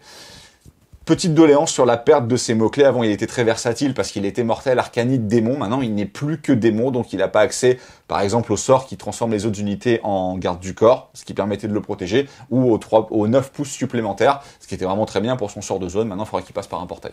Et donc après, la dernière petite règle dont on parlait, qui vient de Silver Tower, je pense qu'elle est plus dissuasive que réellement forte, mais enfin, concrètement, si un héros ennemi à 9 pouces vous a enlevé un point de vie, quelle que soit la manière dont il l'a fait, vous jetez 2 dés, si vous dépassez ses points de vie, il meurt. Ça va dissuader un prêtre des ruines, Firesteller, de vous balancer une hachette, tu vois, par exemple. Pour les petits PV de la honte qu'on aime bien faire, ou typiquement un héros Sylvanette, Warsong Revenant, des trucs à 7 PV qui va te mettre des Nova ou genre de trucs, il peut réfléchir à 2 fois avant d'aller embêter le Gaunt. Je pense que c'est plus kiss cool que réellement impactant, mais 2-3 fois votre adversaire va éviter de tirer avec son Soul Scryer ou ce genre de choses. Bon, c'est toujours gadget et c'est fluff. On enchaîne ensuite avec le petit Magister, 120 points dans sa version à pied, 145 points avec sa version sur disque. Les deux ont la règle touchée par la magie qui fait qu'il va pouvoir tenter de manifester un deuxième sort, sauf que s'il fait un double pour le lancer, il meurt. Les deux, c'est pareil. Il meurt avec son disque, hein, le deuxième. Et sinon, son sort signature, c'est Éclair du Changement qui passe sur du 7, qui a une portée de 18, qui va faire des 3 blessures mortelles. Et si jamais il tue une figurine dès la première blessure mortelle, alors il peut, s'il le souhaite, invoquer un petit rejeton du chaos. C'est quand même un très bon sort. Parce que ce que Kéros ne peut plus faire, lui maintenant peut le faire. Donc il est quand même assez content d'avoir ce buff-là. Encore une fois, à pied, sur disque, ça dépend de vos points. Maintenant, c'est la version où il y a le moins d'écart entre disque ou pas disque. Donc si vous avez la figurine, sachant que c'était celle de la boîte exclusive de l'édition d'avant, contre les Caradrons, ça vaut le coup quand même, je pense, de le monter sur son disque pour 25 points de plus, le PV et surtout le surcroît de mobilité est quand même assez impactant. Le sort est vraiment très bon. L'effet de sort supplémentaire est quand même pas mal parce que je pense que pratiquement jamais vous tenterez de lancer un sort avec des dés pour de vrai. Vous utiliserez des dés du destin pour passer votre deuxième sort. Là, vous aurez vraiment besoin de le faire. Donc la contrepartie de mourir automatiquement en faisant un double est pas si grave que ça. Et il a un très bon sort signature et c'est le sorcier le moins cher de l'armée. Voilà. Surtout dans sa version à pied à 120 points. Donc c'est une bonne surprise. Le Magister, on le voyait assez peu avant. Son seul intérêt était d'être mortel et donc d'avoir accès aux très bons sorts de gestion qu'on a vu tout à l'heure. Comme en plus le Gaunt ne l'est plus, bah c'est le candidat naturel, en plus des Blue Scripts qui ont accès aux 2 domaines, pour aller chercher le moins en touche, moins en blesse ou le pas d'ordre. On enchaîne ensuite avec l'imprécateur qui vaut quand même 180 points. Maintenant c'est un sorcier de niveau 2. Il est mortel, donc lui pour le coup est éligible à tout ce qu'on a vu depuis tout à l'heure. Ensuite en aptitude il va avoir Disrupteur des âmes qui fait qu'il peut relancer les jets de conjuration et de dissipation. Donc c'est fort. Réceptacle du chaos qui fait que si cette unité dissipe avec succès un sort, elle peut aussitôt tenter de lancer le sort Magie dérobée, et celui-ci ne sera pas dissipable. Magie dérobée, c'est son sort signature qui passe sur du 4 et qui va lui permettre à 30 pouces de cibler un sorcier ennemi, de jeter un dé sur un 2+, de choisir un de ses sorts et de l'apprendre. Alors le problème, sur une pièce qui est cohérente, par rapport à son compromis qui est pas mauvais, c'est que tu ne peux faire ça que sur les sorts signatures de ton adversaire, et qu'il y a énormément de restrictions. C'est-à-dire que si le sort signature est lié à son tableau de dégâts, par exemple le portail de Kéros, ça marche pas. Si le sort signature est lié à un mot-clé d'un Battle Tome, ça marche pas. Donc au final, tu te rends compte que tu peux pratiquement apprendre aucun sort, réellement intéressant en tout cas. Mais en soi, il dissipe quand même vraiment bien. Il est un peu cher. Il est en plastique maintenant, parce que c'est la figurine exclusive de la boîte. Donc c'est à l'époque de Battle, c'était Village. Donc le petit fluff de ce gars-là, c'est qu'en fait, c'est le petit homoncule débile qui est sur l'épaule de son frangin, et c'est lui le vrai sorcier. Et l'autre, c'est une marionnette décérébrée. Donc il a perdu son nom. Un peu comme toi et moi, quoi. Ouais, voilà, c'est ça. Je te laisserai décider qui est la marionnette. Je vous laisserai décider vous aussi en commentaire. Voilà. Donc il a perdu un certain nombre de règles. Il est correct. Maintenant, il est quand même encore un tout petit peu cher. Avant, t'avais vraiment le côté, le moncule est un sorcier, et en dessous, t'avais une vraie brute de clause, parce que le gars, c'était un seigneur du chaos. T'as quand même un peu perdu le côté brute de clause. Il ne perçoit pas mauvais en soi, mais je le trouve un peu cher. Et le sort a, au final, peu d'utilité réelle. Parce qu'il y a trop de sorts qui ont des mots-clés ou qui dépendent de tableaux, ce genre de choses. La pièce est belle. Le Magister est meilleur. Les 2 horreurs qu'on a vues, que ce soit sur disque ou à pied, sont meilleures. Si tu veux un vrai châssis un peu brawler magicien, il y a l'Ogroïde Thaumaturge qui est quand même un peu au-dessus. J'ai du mal à le rentrer dans une liste. Et il a quand même très peu changé par rapport à avant et il perfait peu avant. Donc je vois pas ce qu'il ferait parfait aujourd'hui. On passe maintenant à la figurine de Underworld. 165 points pour Vortemis l'Omniscient et son équipe. Attention, son équipe n'est pas garde du corps. Ouais. Donc il vaut 45 points de plus qu'un Magister normal. Il est nommé, donc tu peux pas le customiser. Il a un sort signature qui est la préscience magique. Faites très attention, ça fait très peur, ok? Ça passe sur du 5. S'il est lancé avec succès, vous pourrez recevoir un point de commandement que seul lui pourra utiliser. Au lieu du sort qui faisait D3BM et qui transformait la figurine que tu tues en enfant du chaos, c'est ça? Écoute, moi si tu lis les autres War Scrolls, on peut pas comparer. Bah voilà, c'est ça. Donc effectivement, ne comparons pas et passons à la suite. D'accord. On va ensuite passer au Destinar qui lui est à 145 points. Seigneur du chaos de Tzeentch sur Arcanite. un disque. Ouais. Exactement, mais qui n'est pas sorcier, mais qui a une super aptitude et qui va lui permettre Seigneur du Destin, ajouter un objet de blessure pour les attaques des unités disciples de Tzeentch qui sont entièrement off de cette unité. Tir corps à corps, disciple de Tzeentch, donc tout le battle tome. Ouais. Bah heureusement qu'il a ça. Alors la figue date de Tempête du chaos, campagne de battle. Elle est dégueulasse. Elle est en fine cast. C'est pas un sorcier, mais l'aptitude est hyper forte. Voilà, honnêtement, l'aptitude est très forte. Donc lui, c'est un bon porteur de certains artefacts défensifs qu'on a vu dans le BT, un protarge en tête, notamment. Quand on fait quand même un gars que t'as pas trop envie de taper, c'est quand même le profil, un des plus sympas, on va dire, de corps à corps avec son pote Groïd Thaumaturge. Et le plus un pour blesser, il est quand même sympa. On rappelle que les flammeurs blessent à 4, ce qui est la grosse doléance de leur profil. Donc encore une fois, si vous jouez un certain nombre de flammeurs, vous avez besoin de ce gars-là pour les faire blesser à 3, ce qui quand même en termes de stats est assez impactant. Donc je pense qu'on le verra dans beaucoup de listes où on arrivera à le rentrer, parce que plus un pour blesser tout le monde. C'est vraiment très fort. Donc, convertissez la figue. Bah, t'as qu'à prendre Vortémicien. Voilà, tu le mets sur un disque. Et ça passe très bien. Mais franchement, rien à foutre, tu le mets sur 2 socles. Un socle, une tige, un deuxième socle. Ça passe. De toute façon, il sera toujours plus beau que la vraie figue. Ah non, mais la vraie figue est immonde. Mais on est des modélistes avant tout. Donc, Avant tout. Avant tout. On va passer maintenant à une figurine de ouf, qui a en Oui. plus gagné des Golden Demons, enfin qui a été utilisée pour plein de choses. C'est le Thaumaturge Android, il vaut 175 points. Châssis hybride pour 175 points, c'est correct. Parce qu'au-delà de... ça aurait été difficile de le sauver. Mine de rien, il tape quand même assez fort au corps à corps. Il est arcanite, donc il a accès à l'infusion arcanite. Tu sais, ajouter un, ACG de touche et de blessure, mais du coup, sur lui, c'est quand même très sympathique. Il tank quand même bien, il meule bien, et son sort signature est pas mauvais. Donc franchement, c'est une bonne surprise. Son sort signature étant un éclair de Tzeentch amélioré qui va faire des cibles blessures mortelles et qui va le heal à chaque fois. Alors, le problème, c'est qu'avant, il passait en rage quand il avait perdu un point de vie. Là, il passe en rage quand il a perdu un point de vie dans la même phase. Donc, ça nécessite quand même de laisser au corps à corps votre adversaire lui taper dessus avant. Il tank correctement pour un sorcier, mais c'est pas archaon non plus, quoi. Donc, ça, malheureusement, on le verra assez peu. Par contre, des cibles blessures mortelles et ce heal, sachant qu'on a quand même 8 points de vie de ce qu'on a fait. Non, franchement, il est cohérent, encore une fois. Quand t'as rentré ton Duc ou ton Kéros, que t'as rentré tes Blue Scribe, que t'as rentré on va dire, ton Magister, parce que je trouve le Magister vraiment sympa. Le petit Curseling, là, enfin, Village, le gars avec son homoncule. Si t'as envie de le rentrer. Le Gone Summoner, parce que mettre 2 unités en faible, c'est quand même vraiment sympa. Enfin, t'arrives vite à 1000 points de héros. Alors certes, tout le dommage magique de ton armée va venir de tes héros, mais est-ce qu'il te reste des points pour rentrer ces gars-là? Assez souvent, non. C'est ce que l'expérience de Tzeentch nous a montré, qu'on les voyait très peu. Mais à chaque fois que le Groïd Thaumaturge a été joué, il a pas déçu les joueurs qui l'ont mis sur une table. Donc faut lui redonner sa chance, il a tout sur son War Scroll pour être très cohérent. On va passer maintenant côté Tsangor, puisqu'on va passer au Shaman Tsangor, qui vaut que 135 points. Il bouge de 16, il a 6 points de vie. Et derrière, il va avoir différentes aptitudes. La première, c'est l'élixir de sorcellerie, puisque une fois par bataille, il va être capable de balancer un sort supplémentaire et d'avoir plus 3 pour lancer celui-ci. Comme ses copains horreur. Il va avoir comme sort signature le don de mutation, qui fait qu'il va avoir un sort qui passera sur du 7, qui va lui permettre à 18 pouces de pouvoir choisir une unité ennemie et de lui infliger D3 blessures mortelles. Et pour chaque figurine ennemie tuée, alors on va pouvoir ajouter une figurine de Tsangor dans une unité de Tsangor à 12 pouces. En fait, son problème à lui, c'est qu'avant, il buffait les 2 autres unités de Tsangor sur 10, ce qui n'est plus le cas. Donc aujourd'hui, quand tu le compares au Magister, les deux ont des sorts similaires, mais il vaut mieux créer une Chaos Spawn que créer des Tsangor. Surtout que la Chaos Spawn est autonome, ne nécessite pas d'avoir une unité de Tsangor à côté. Donc aujourd'hui, j'ai du mal à sauver ce chaman par rapport au Magister sur disque, qui vaut moins cher et qui me paraît être juste meilleur sur son sort signature, sachant que le Tsangor n'a plus aucune synergie. Et on remarque, on va pas le dire pour tous les Tsangor qui vont arriver derrière, qu'il n'a plus les mots-clés Ombet et Brayheart. Donc c'est terminé toutes les synergies qu'on pouvait avoir avant. Maintenant, il n'est plus que disciple de Tzeentch et c'est quand même une grosse perte pour les armées Beast of Chaos qui bénéficient quand même beaucoup de ces gars-là. Yes, on va donc enchaîner avec les Tsangor Flambéciles, c'est tout simplement les archers sur disque et sont jouables par 3 à 190 points. Maintenant, leurs règles guidées par le futur, bah c'est plus du tout la full reroll, c'est tout simplement ignorer les modificateurs négatifs au jet de touche et au jet de blessure et ignorer les modificateurs positifs au jet de sauvegarde contre les attaques d'armes à projectiles de l'unité. Et sinon, ils font toujours des 3 blessures mortelles sur du 6 pour toucher avec leurs flèches. En fait, ils font un peu moins mal en stats que des flammeurs. pour exactement le même coût, 190 points les 3. Par contre, ils sont quand même relativement plus résistants, mais il n'y a pas tous les effets, notamment Folded Reality, qui permet de les réciter, ce genre de choses. Et effectivement, on a perdu la règle qui les rendait quand même vraiment très bien, parce qu'avant, la full reroll, qui les rendait en fait impactants au corps à corps. Donc en fait, ils étaient impactants au tir et au corps à corps. Aujourd'hui, ils ne sont malheureusement, entre guillemets, plus impactants qu'au tir. Je les trouve un tout petit peu chers. Là, ça va être le petit passage Queen sur toutes les unités de Sandgore qui ont quand même, je trouve, pris assez cher et ont très peu baissé en points. Parce que 190 points pour ces 3 gars-là, j'ai du mal à voir dans quelle optique je préfère eux, et pourtant j'en ai 18, donc je suis très malheureux, je préfère eux aux flammeurs.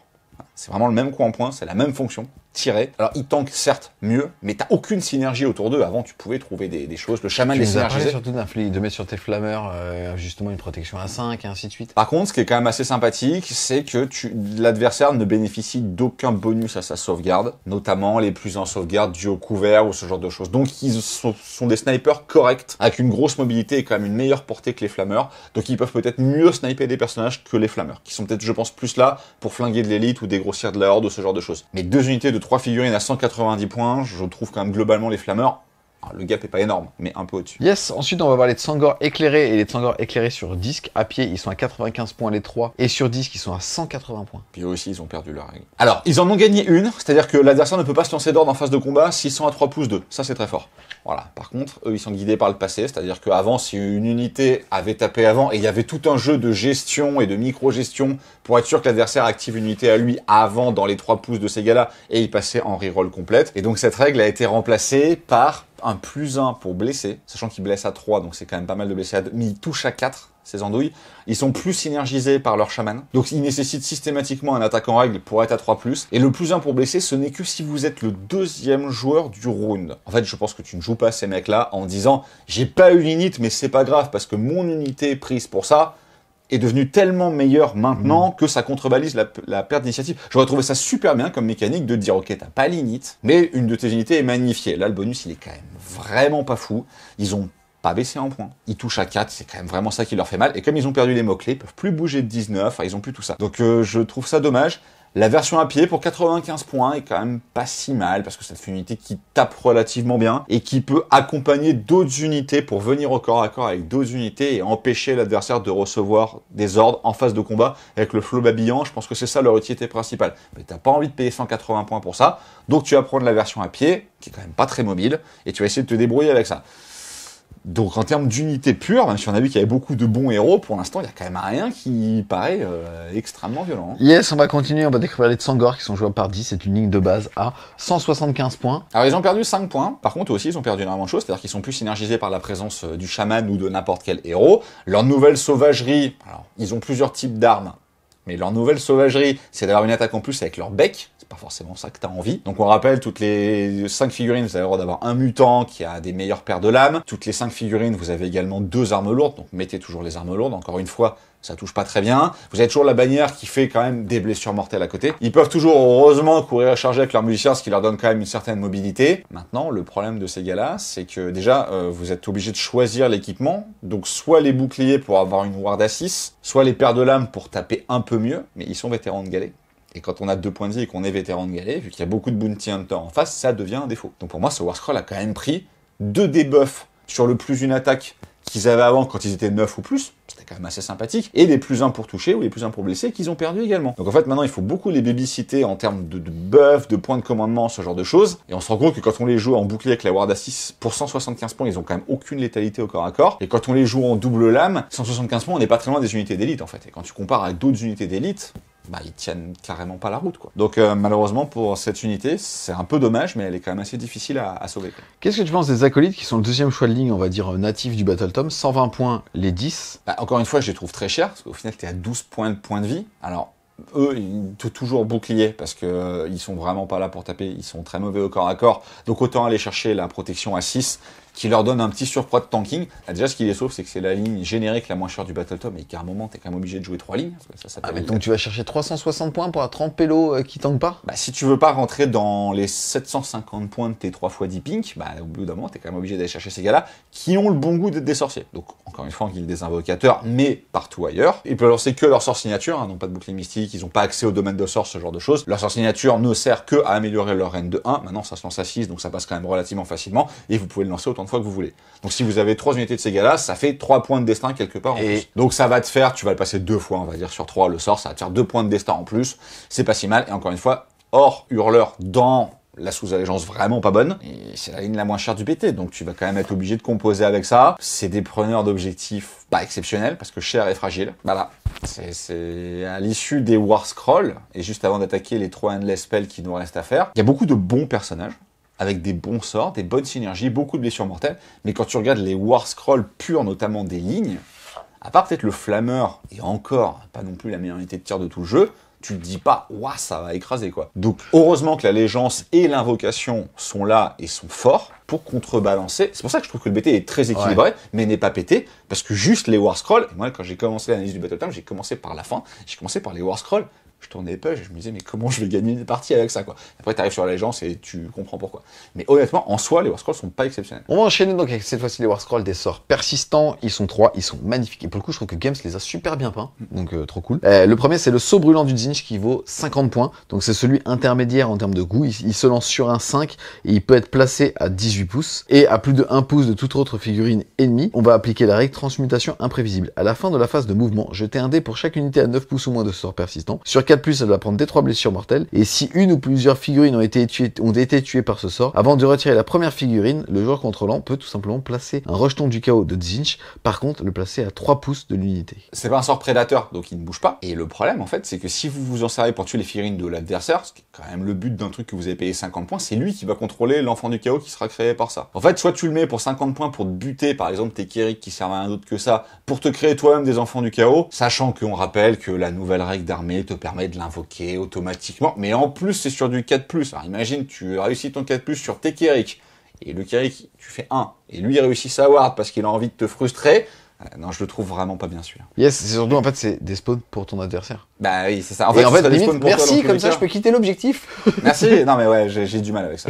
J'ai un peu du mal. Yes, ensuite on va passer au Grimoire des Yeux qui est le sort persistant le moins cher parce que lui est à 40 points. Il va passer sur du 5, il va avoir une portée de un seul petit pouce et derrière il va tout simplement suivre son sorcier puisqu'il est lié. On va avoir la règle paralysée par les yeux innombrables. Vous pouvez relancer les jets de lancement pour la figurine qui a convoqué ce sort persistant tant que ce sort est sur le champ de bataille. En plus, il va apprendre un sort à son sorcier qui est la malédiction du parchemin qui va passer sur du 8 et une portée de 18 pouces. Si on sait avec succès, on va choisir une unité ennemie et on va jeter un dé sur un 3+, elle prendra des 3 blessures mortelles et elle baissera sa bravoure de 1 par point de blessure mortelle infligée, donc potentiellement 3. Oui, et puis c'est cumulatif, hein, donc tu peux bourrer tous les tours, ce qui est bien prestigieux, jusqu'à un minimum de 1. T'as pas non plus 50 trucs qui triquent sur la bravoure dans le Battletome, mais c'est quand même un effet qui se coule, qui est sympa, et c'est encore un énième projectile magique à 18 pouces pour D3, pour un sort qui vaut pas très cher, que t'es sûr de conjurer automatiquement T1 s'il est dans ta liste, et qui va juste permettre à ton sorcier de relancer automatiquement tous ses sorts. Donc je trouve vraiment correct pour son coup en point, pour ce qu'il fait, combiné à la règle qui permet encore une fois de le lancer automatiquement.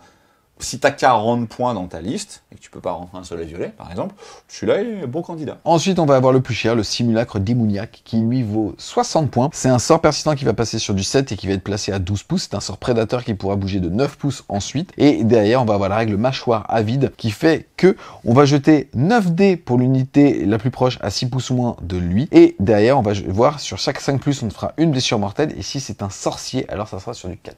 Ah, je trouve que c'est un vrai bon sort prédateur, parce que mine de rien, 12 plus 9, il va quand même assez loin. Ouais, il fait 3 mortels stats, ouais, et puis sur un sorcier, il peut t'en faire beaucoup plus. Et il tabasse. Il tabasse vraiment. On rappelle que maintenant, les sorts prédateurs se déplacent à chaque phase de héros, donc il va faire ça à la vôtre, à celle de votre adversaire. Enfin, c'est un gros volume de blessures mortelles, une vraie épine dans le pied de votre adversaire, et encore une fois, un truc qui vous êtes sûr de passer au T1. Je le trouve vraiment très correct. À 60 points, je le trouve vraiment bien, et bah, la comparaison, c'est avec, comme tu l'as dit, que le soleil violet, en fait, à 70. Malheureusement, il l'a permis. Oui, mais en fait, est-ce que tu préfères tout chater sur un 1, même si derrière, il y a le bonus à la sauvegarde, ce que tu feras si t'as une liste de tir, mais dans une liste de damage pur. Ah non, mais il est très correct. Honnêtement, je trouve que c'est un vrai bon sort prédateur, et soleil violet mis à part, parce que le soleil violet ne sera pas éternel. Oui, mais tu peux pas le lancer T1 en plus. Il ne fera plus ça, mais voilà, celui-là est automatique, va quand même assez loin, bouge très bien, un gros socle, donc une grosse emprise sur la table.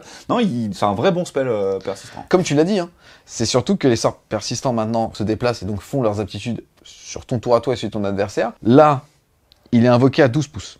Donc, on imagine qu'avec l'aptitude générale, même si on est le joueur numéro 2, nous, T1, enfin T0, on le place, c'est-à-dire que le sort, il fait 12 pouces, il se déplace de 9, il a fait globalement 21 pouces et il tartine à 6 pouces. Donc, à 27 pouces, on va infliger des blessures mortelles. Si, et on le voit beaucoup en ce moment, de se dire, bah tu sais quoi, je te laisse les T1, ou pas d'ailleurs, c'est-à-dire que si on se laisse le T1, le gars va le faire 2 tours avant que le mec ait joué. Donc potentiellement, on peut aller sniper un petit perso. Si le gars veut jouer Alors, au con... le seul défaut de ce sort-là, c'est qu'il est obligé de cibler l'unité la plus proche. Donc, sur des malentendus terribles, des fois, ça peut te taper toi-même. Donc, faut quand même faire un tout petit peu attention. Si un jour tu te projettes pour aller taper le gars et que tu fais pas gaffe, tu peux te retrouver à te reprendre ton sort. Mais effectivement, je trouve que c'est un bon sort. C'est pas un sort broken, mais c'est un bon sort.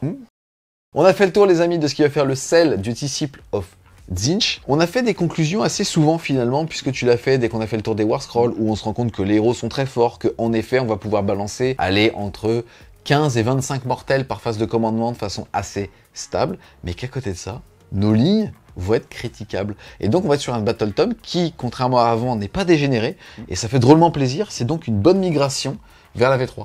Ouais, je suis tout à fait d'accord avec toi. Je trouve que le BT est quand même assez dur à jouer. Parce que, certes, t'as la plus grande fiabilité de tout le jeu, via les dés du destin, les multiples relances, une magie qui est quand même extrêmement fiabilisée, une magie qui met quand même beaucoup de blessures mortelles, donc encore une fois l'adversaire n'a pas de sauvegarde, tu n'as pas de jet pour blesser à faire ce genre de choses, mais mine de rien pour développer tout ça, c'est quand même sur une portée relativement courte, à part les exceptions, les portails, le trait de cause, ce genre de choses, donc heureusement que tu as tes dés du destin, heureusement que tu as ton invocation, je pense que tu vas vraiment devoir retourner sur l'ADN de Tzeentch, c'est-à-dire vraiment des armées de magiciens qui jettent beaucoup de spells, sinon tu vas faire pas de dégâts, tu vas pas générer assez de points d'invocation pour t'invoquer des unités sur la table, et tu vas te faire bouffer à l'attrition. Donc je pense que les listes qu'on a pu connaître avant et qui avaient été source de frustration, honnêtement, j'ai plus de mal à les voir revenir aujourd'hui avec cette mouture-là, parce que je pense qu'elles vont se faire déglinguer, notamment les unités de Pink. Si l'adversaire passe 2-3 tours à taper dessus avec le Bounty Hunter, comme elles sont vétérans de galet, elles n'arriveront plus à tenir. Et si tu bases tout sur des flammeurs et une espèce de grosse alpha au tir, sachant que t'as plus de monopause,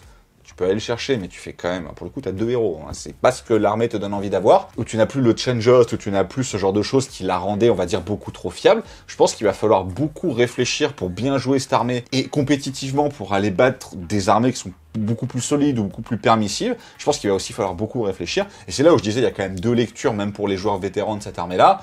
C'est de se dire, plein de petits nerfs, des coups en points qui sont quand même assez élevés.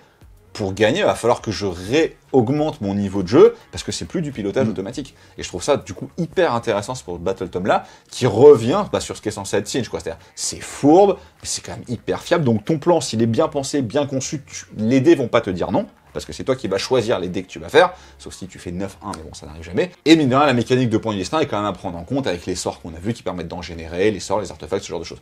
Donc vraiment, je suis très surpris, très agréablement surpris de ce Battle Tome-là, que je trouve très bon. Et encore une fois, ce que j'avais dit sur les Daughters of Khaine, moi j'étais un joueur Tzeentch historique depuis le début de la V1, pour moi c'est le meilleur Battle Tome Tzeentch, et c'est peut-être le moins violent et le moins fort, parce que tu n'as plus la change host, parce que tu n'as plus ce genre de truc, et c'est celui qui donne le plus envie de réfléchir et le plus envie d'être mis sur une table. Eh ben, comment passer derrière ça? Non mais t'as tout dit, en fait, c'est pas le niveau du Battle Tome en termes d'échelle de puissance, parce que franchement, faire des vidéos sur les top tiers, on s'en bat les couilles. Par contre, avoir une vraie saveur et avoir quelque chose de gratifiant, pas parce que c'est nul, mais parce qu'on a réfléchi quand on joue, et que même son adversaire dira « bien joué enfoiré », c'est ça, en fait, qui fait kiffer. Et c'est ça qui donne en plus envie de boire une bonne bière à la fin de la partie, notamment au French Dragon Café. Et donc, par exemple. Et donc, franchement, ça en fait un super bon bouquin. Et on espère clairement que vous allez le kiffer. Un grand merci à toi, mon petit Pride, Nico, d'avoir fait la lecture et l'analyse du tome de bataille des disciples de Tzeentch. On espère clairement que vous avez aimé la vidéo. Si c'est le cas, n'hésitez pas à mettre un gros pouce bleu, une petite pince de poulet dessus, à la commenter, à la partager. Si vous voulez continuer de supporter French Game Studio, n'hésitez pas à aller faire un tour sur son Tipeee. C'est important, les amis. Et ça nous aide à continuer de faire des belles vidéos avec des beaux messieurs comme celui-ci. Et on vous dit à plus les Wargamers.